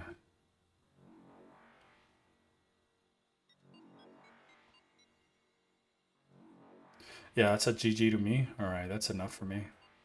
Yeah, I mean, if I feel like if I managed to get in here without either a beam or a lot of energy tanks or a visor or stuff or a suit upgrade, that's not the Phazon suit because you need to have the Phazon suit to beat Metroid Prime. Because if not, you don't have the flag to activate the Phazon beam at the end. Then at least I would give it a try and like, all right, let's try and fight the boss even if we don't have the plasma beam or some other stuff because it's theoretically possible to collect all in the randomizer to collect all the Choser artifacts and make your way into the Impact Crater without it. Well, I guess it's also in the vanilla game if you're doing speedrunning glitches and going out of bounds and stuff like that. But I think that all things considered, yeah, this is GG's to me as well. Sweet. All right. So not necessarily right now because like I've been streaming for a while and I think that maybe I'm just gonna call it a stream here. But because like the only other thing I can think of, if you guys want like another 20 or 30 minutes, I can load up Animal Crossing, um, and show you more of my island again. But the next stream, definitely gonna start doing a Echoes randomizer run. And then I'll see about playing Corruption. It's just that like Corruption, I want to finish it before Beyond and all that stuff, but it's the one game that tires me out the most because there's a lot more going on and it's a lot longer game. Like most of my 100% playthroughs on Prime 1 are like around 4 hours. Echoes is like around 5 or 6. Corruption is like 8 and I haven't been able to get something lower than 8 hours um on it for all these years. So I'm pretty convinced that like I no, there's just no way without sequence breaking and stuff like that.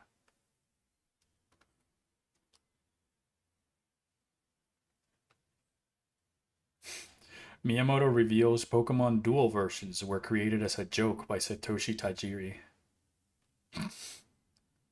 Well, ain't that the funniest prank pulled in the game industry then? Or joke, I should say. Oh, too bad it's not a joke. I mean, it's still a joke. It's out there. It's just funny how much it. I guess the joke is that it's funny that it made them so much money through all these years.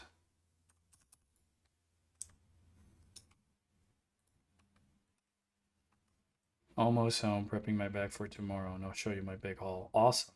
Yeah, maybe more AC. Well, I can do. Yeah, I can do Animal Crossing for like 30 minutes, maybe 20 minutes, and then I'll call it. I'm going to feed the puppy and I'm gonna have myself. So I'll see you All right. later. Bye. All right. See ya, Gabe. Thanks for the co-hosting.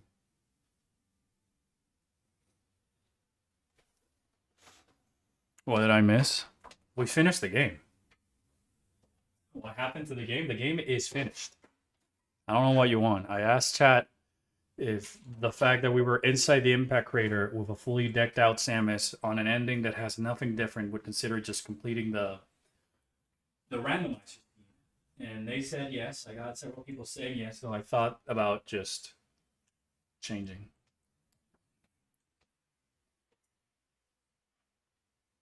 Yeah, I guess I could also just swap to Lizard.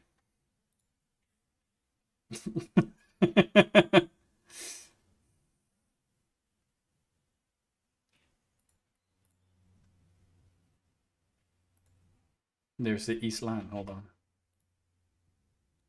Is the stream gonna end? In a bit. I'll give you guys like another 20 or so minutes. I'm trying to make up for the times I streamed and it was either shorter or I wasn't able to stream that day and stuff like that. There's an island in 14 as well. Yeah. But the island in 14 kind of underwhelmed me. It took them how many patches until I can put like regular housing items in my island, and at that point I was already sort of like disconnected from my island because I got all the things I wanted from the island, and now I just farm whatever Crowy so I can get like a regular influx of the gunmetal black dye and the other dyes and stuff that they sell over there.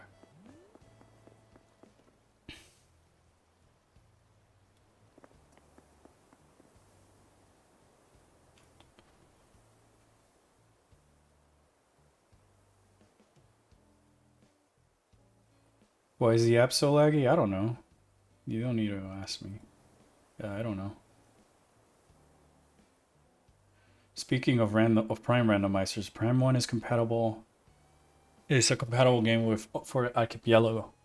I know, but we gotta find another game that like works well with that because I can collect and go from one place to the area from the map to the other quickly and collect items for you to discover in your other game. Now, when Gabe and I were testing it out, the main issue we found is that whatever game, like, there will be one player who's just sitting there not doing something for a while.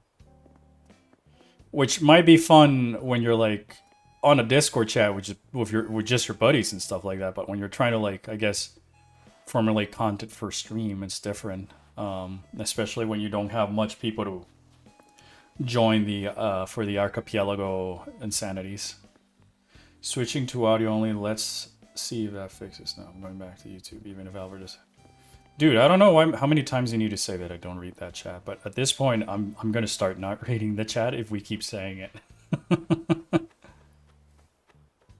Animal Crossing, why not Animal Recollection? I mean, you guys are recollecting in here already.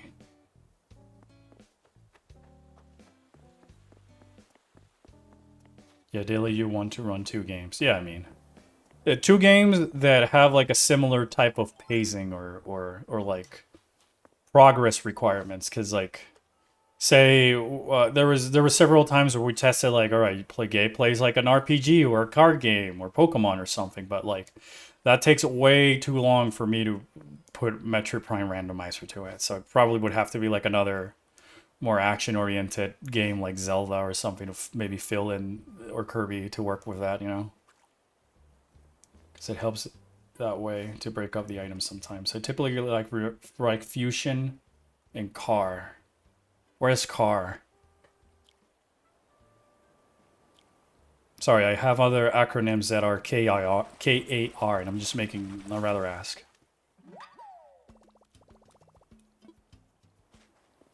Kirby, I should have guessed.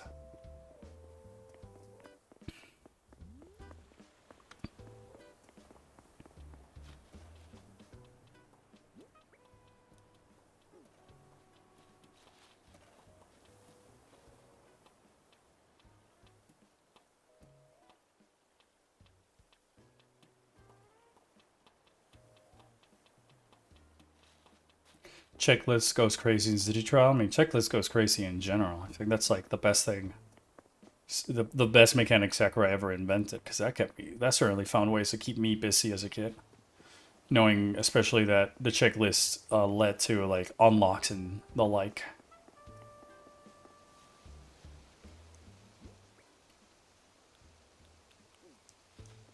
Alright, I got one more fossil to find. Guess I'll go check the areas that I didn't showcase on stream because I'm still working on them. It's supposed to be like a public, the touristy side of Velmoria Island, town, village, whatever.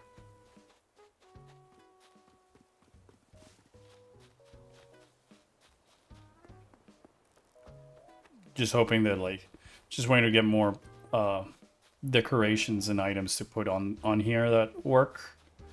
But my stores and phone app on the game have been giving me things that I already have or don't really need.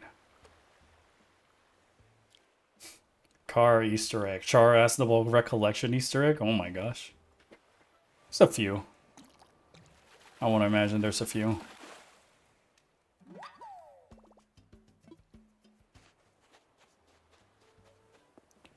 Alright, Midnight. The question is which she? Red she, blue she, or silver she? Because like I can make all 3 of them.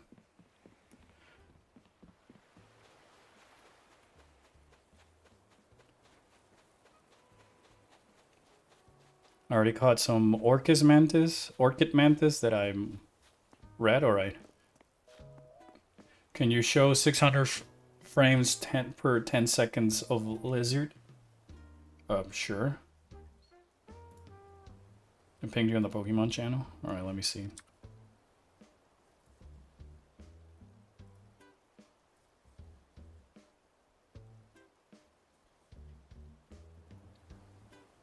Whoa, those are pretty cool. Love the full art item ones and the Umbreon. I can imagine you got pretty excited about pulling up an Umbreon EX and a full art Glaceon.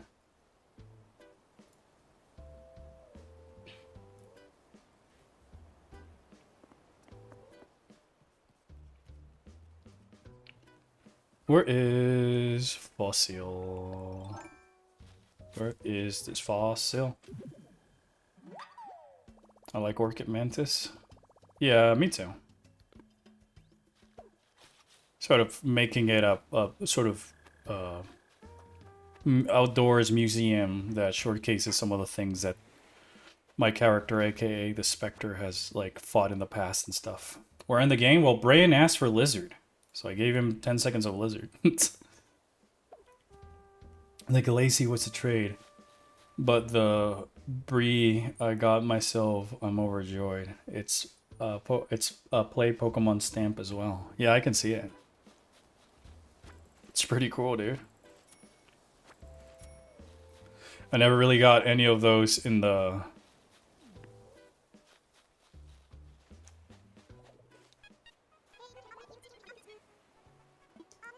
Oh no, fuck off. Why is it always that the villagers that have the thought bubble that's regarding them wanting to move are the villagers that I want to keep and that I give all my love and affection and attention?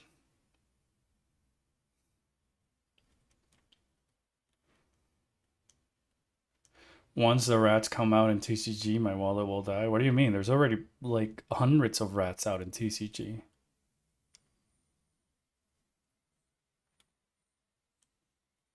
What rat they haven't put in a full art TCG card already?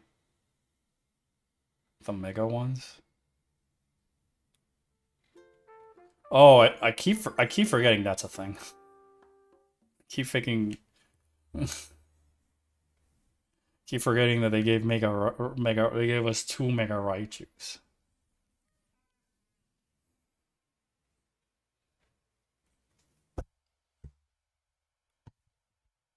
It's mostly because like I'm not following Pokemon news anymore, and I have zero interest in Pokemon Legends ZA.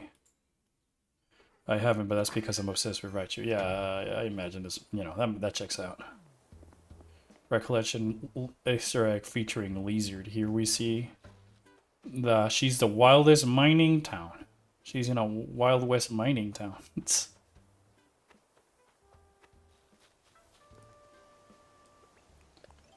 Something fixation. Lizard. Yeah, don't bring my fixation with a lizard into this. We'll not see Animal Crossing.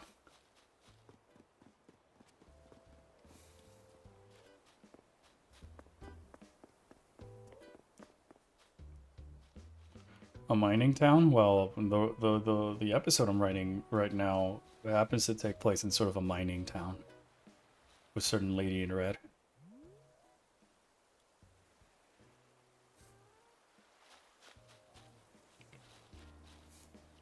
Boom boom man.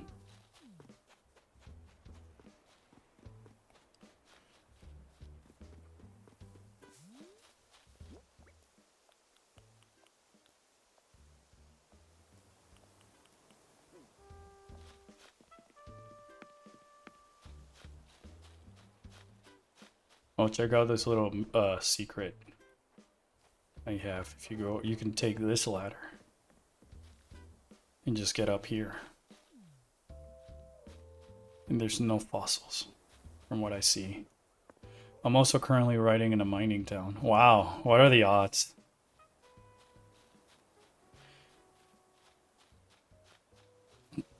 It's very funny.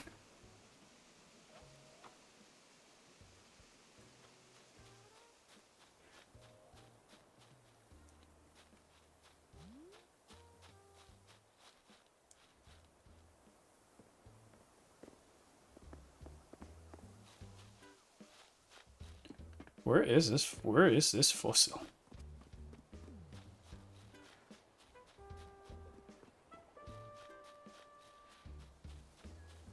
Why can't it be you with the I want to leave thought bubble devour rocket or fuchsia?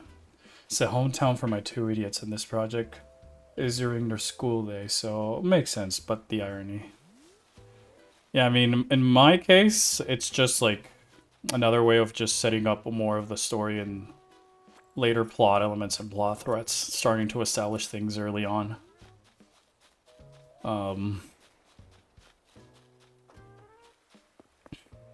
Frankie Frico!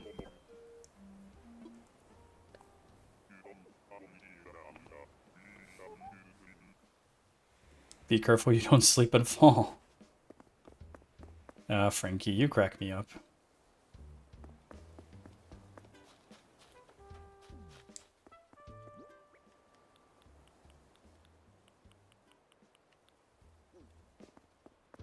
Well, maybe there really was never a fourth fossil in my island and I'm just imagining things. Or it's probably in one of those fucky spots that I never see. Because my island is way too populated. I put my poor kids through a ringer with spikes on it, and part of that is because of the mining town they live in. I wouldn't say that I have any of my characters put through the ringer just yet. Or at least the ones that I'm actively writing at the moment, because I know that you know that I have others that there are, but kind of like trying to stay focused on writing one thing at a time at the moment.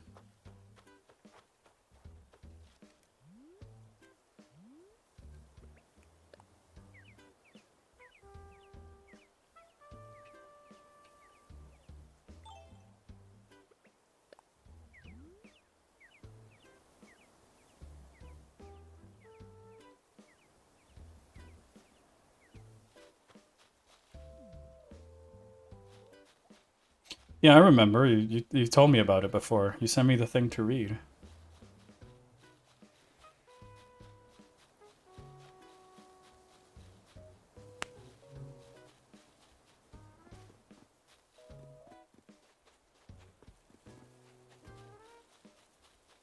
I also have one, but I don't know what monster to add. Giant enemy crab monster is what you shoot at when in doubt.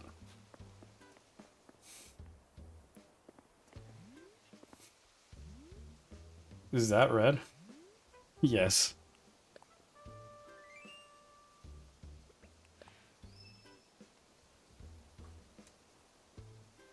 Oh, and the other one? Yeah, it was blue.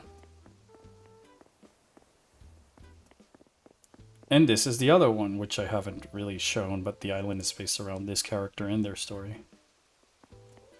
I forget what I have / haven't sent over because I'm pea-brain. Well, I do remember a lot, so...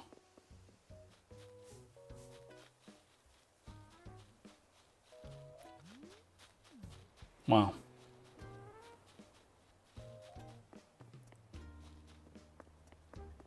Well, I feel like I've been all over the island and I haven't found the other fossil. Well, while I'm here, I also haven't hit this rock.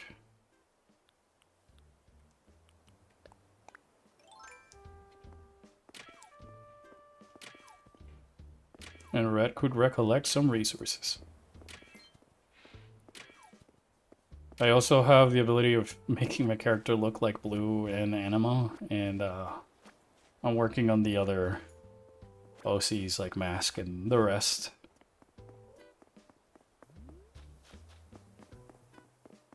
I might do that over the weekend. I was doing it while watching like baseball and stuff like that, but now the baseball season is over, I don't know what else to watch.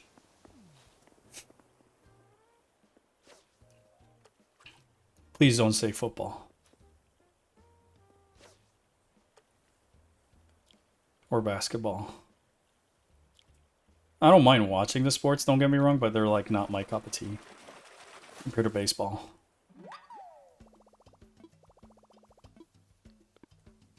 Who's been dropping tires?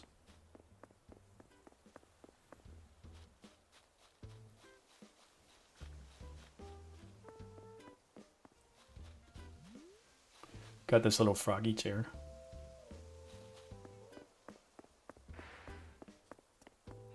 Sprocket!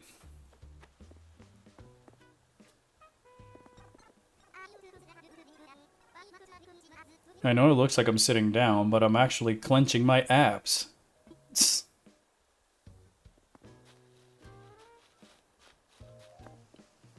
Anyway.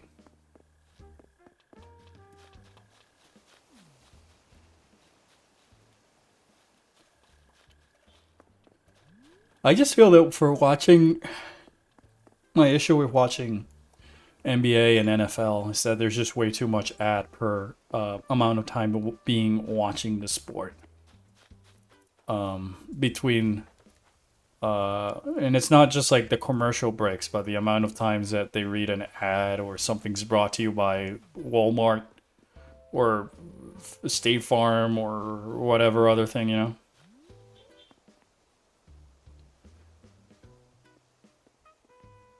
Yeah, I do have Sprocket.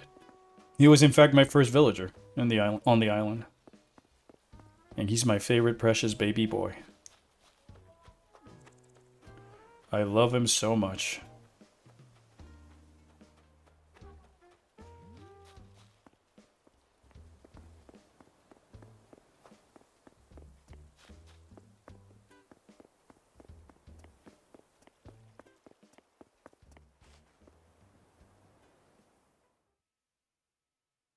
Okie dokie, let me visit my favorite NPC.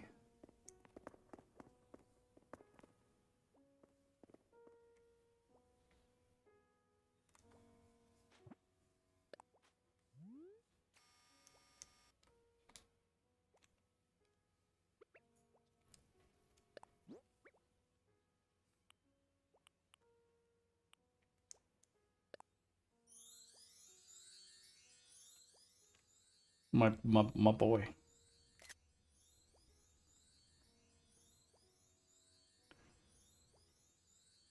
He's so cute.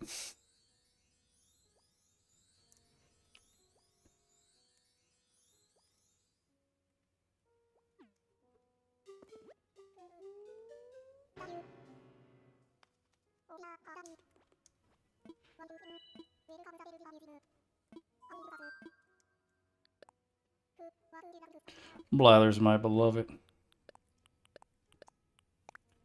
I love him so much I do have the amiibo. I mean, how can I like this cute little owl villager? The fact that he's sleeping throughout the day is my favorite little, like, attention to detail, you know? Alright, he's up. I got the thing. You're gonna do something else before Blathers? Just gonna chill here for a bit. Mood, gotcha.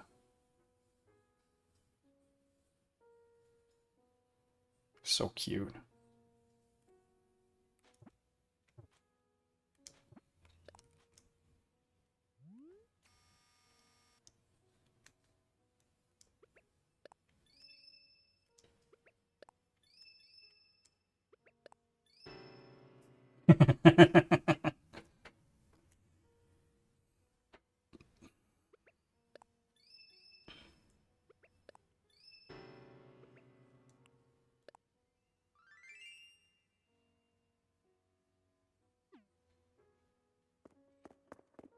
I'm glad he didn't go to sleep immediately afterwards this time. Alright. I'm gonna sell these fossils.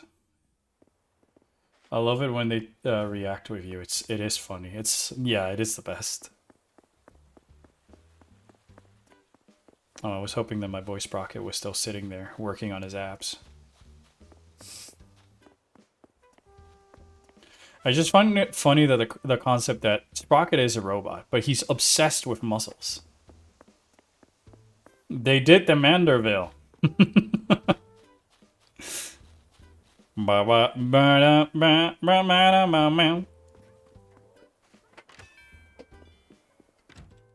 So midnight and you're making your islands a mining town? No, it's more that we're both working on our own like original stories, and we both happen to be writing something that happens to take place within a place that you might consider a mining town.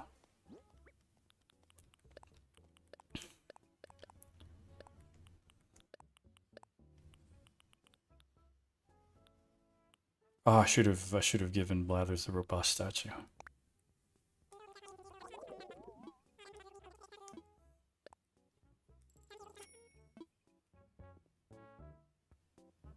Oh, midnight. I also have made Halloween outfits for the characters. I forgot to show you that. I got the one for Red on me. Thing you might approve. Whoops.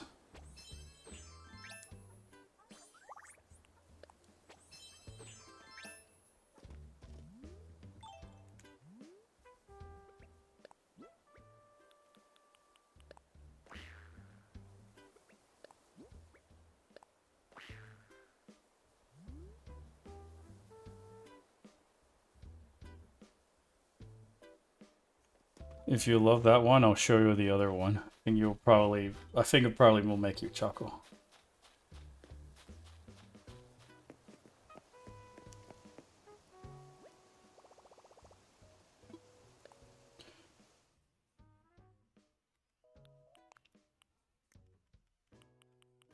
Allow me to swap characters real quick.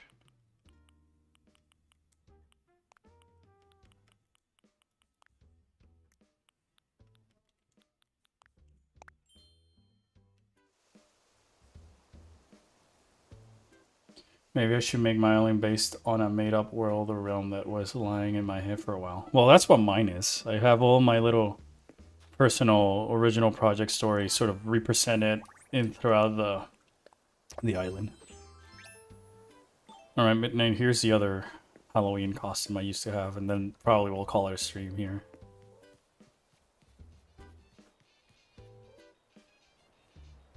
It could help for world building too. You have no idea how much has been helpful for the world building, at least for like the Spectre story, given the fact that I want to put more emphasis on the world on that one. Or the Kestrel story. You may be wondering, Twitch is bugging? Alright, I'll wait.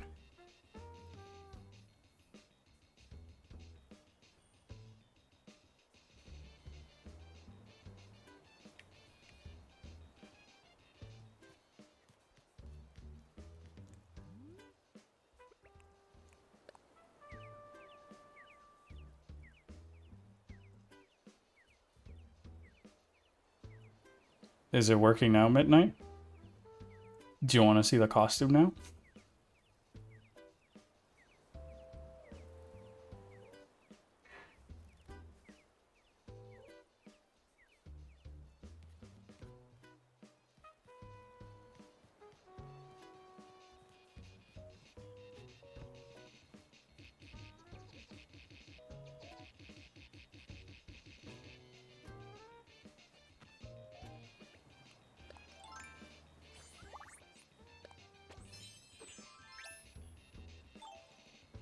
Hello, my name is Blue. May I take your nuggies?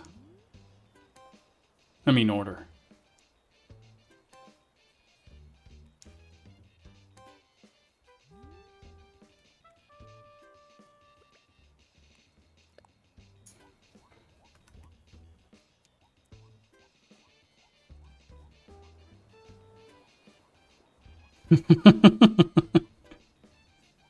Yeah, fast food waitress for the nuggies. Tend to call my made up world or the Shadow Realm or something. I just call mine Belmoria. Nancordia. Midnight, I'm sending to you because it's sensitive, but here's a gag I did on Spoopy Ween with it.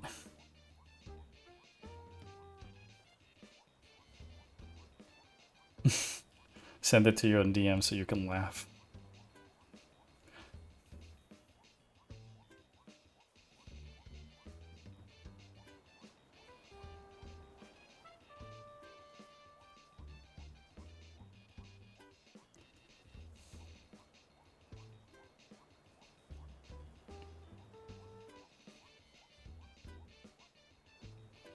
Yeah, she just wants her nuggies.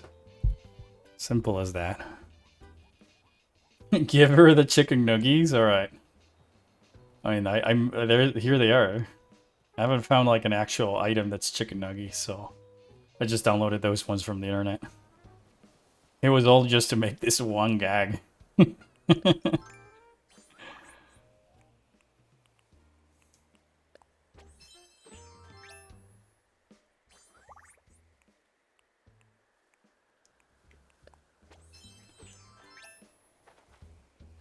I have these nuggies with a side. I have these nuggies with a side of recollection.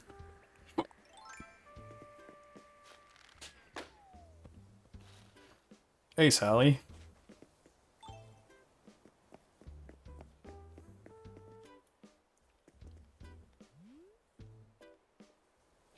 Give us a beat.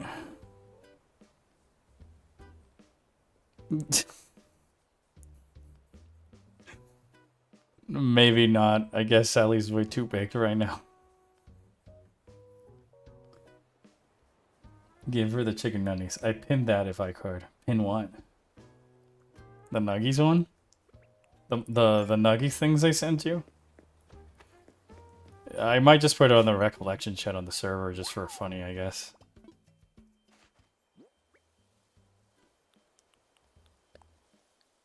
The recollection. You can pin it on the private chat. You can recollect. You can pin stuff on the private chat. But if not, I'll post it in the recollection, and then you can pin it there if you want. Do you have that meal or no? Nuggies is like a dish in Animal Crossing? No. Right, I'm also glad I finally was able to make a second deck. The Sugary Apple Evolution. Forgot the name. Before Hydro Apple. Dipping these nuts in your mouth. Midnight? Oh my gosh. Manny Rick. Yeah, I mean that's a reasonable offense, Mott. You can do that.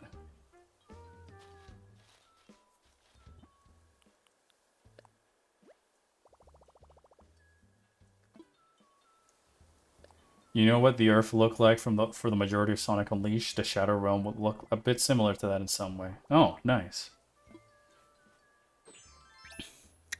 For mine, it really depends. They vary from project to project. I have like 3 ones that I consider the main projects. I have a few other ideas, but they're more like things for the back burner type of stuff, or things that I just haven't gotten like the right ideas or inspiration for me to be more happy with them compared to these of sorts.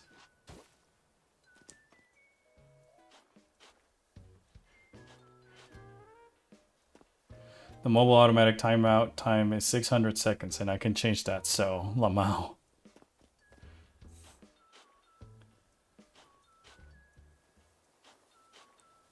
Well, Emmerich surely knew the risks of saying such a joke.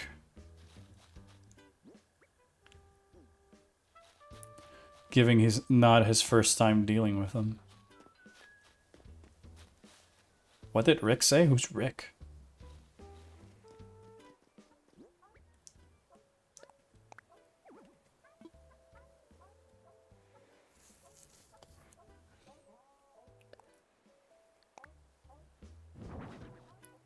Wow, that's a skirt for real.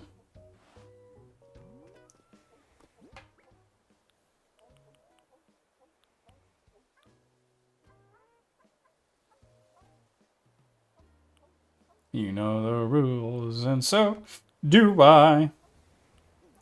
Well, I think if it's the point where Chad is just doing Rickroll, it's definitely the time to end the stream. A bidet. Street lamp. Street lamp. Where was the street lamp for? Oh, I remember. I'm gonna put the street lamp.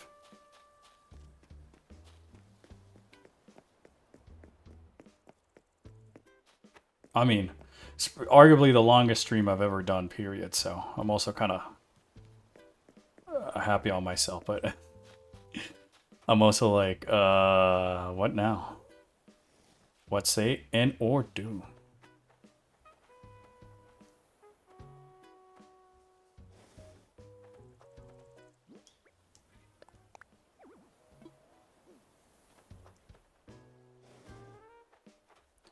Midnight throws cheese on Amric. Rats smell it and eat Amric. Rickroll? Rickroll is the never gonna give you up, never gonna let you down song, meme. I guess somebody in chat is doing the Rickroll, but I'm so like autopilot mode right now from being yapping so long that... Alright.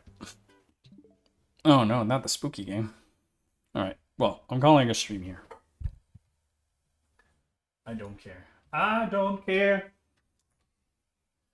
I really, that said, I really do appreciate all the subs, all the bits, all the follows and comments this stream. Next stream that I do, I might try and start a Metroid Prime 2 randomizer seed. I'm just trying to play the Metroid Prime games before Prime 4 comes out, and then if we have any other time left, then I'll try and complete some of the 2D games. A new Metroid Prime 4 trailer? No way. Is there just a new one? Nuh-uh, nuh-uh. No way. No way. Or you're talking about the one that was 3 days ago. Because I know of that one.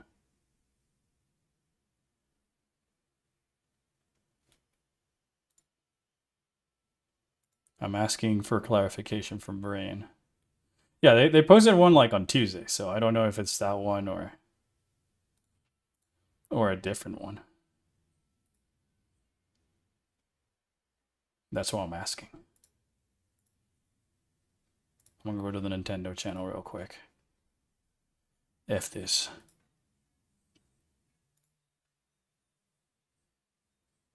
No, it's the same one. So I guess it probably was referring to the one that came out 3 days ago. I would have been surprised if they put out another trailer this week, you know? That one I just put in chat. You didn't put anything in chat. Is it the trailer Survive? Because if it's so, then like, yeah, we talked about that. Anyways, I'm gonna call it a stream. And all that stuff. The 1-2 punch of Metroid ads. Oh, good day to you, maybe. So yeah, with all that said, thank you so much for tuning in. I really appreciate it, and I'll catch you guys later. Have a nice weekend, everybody.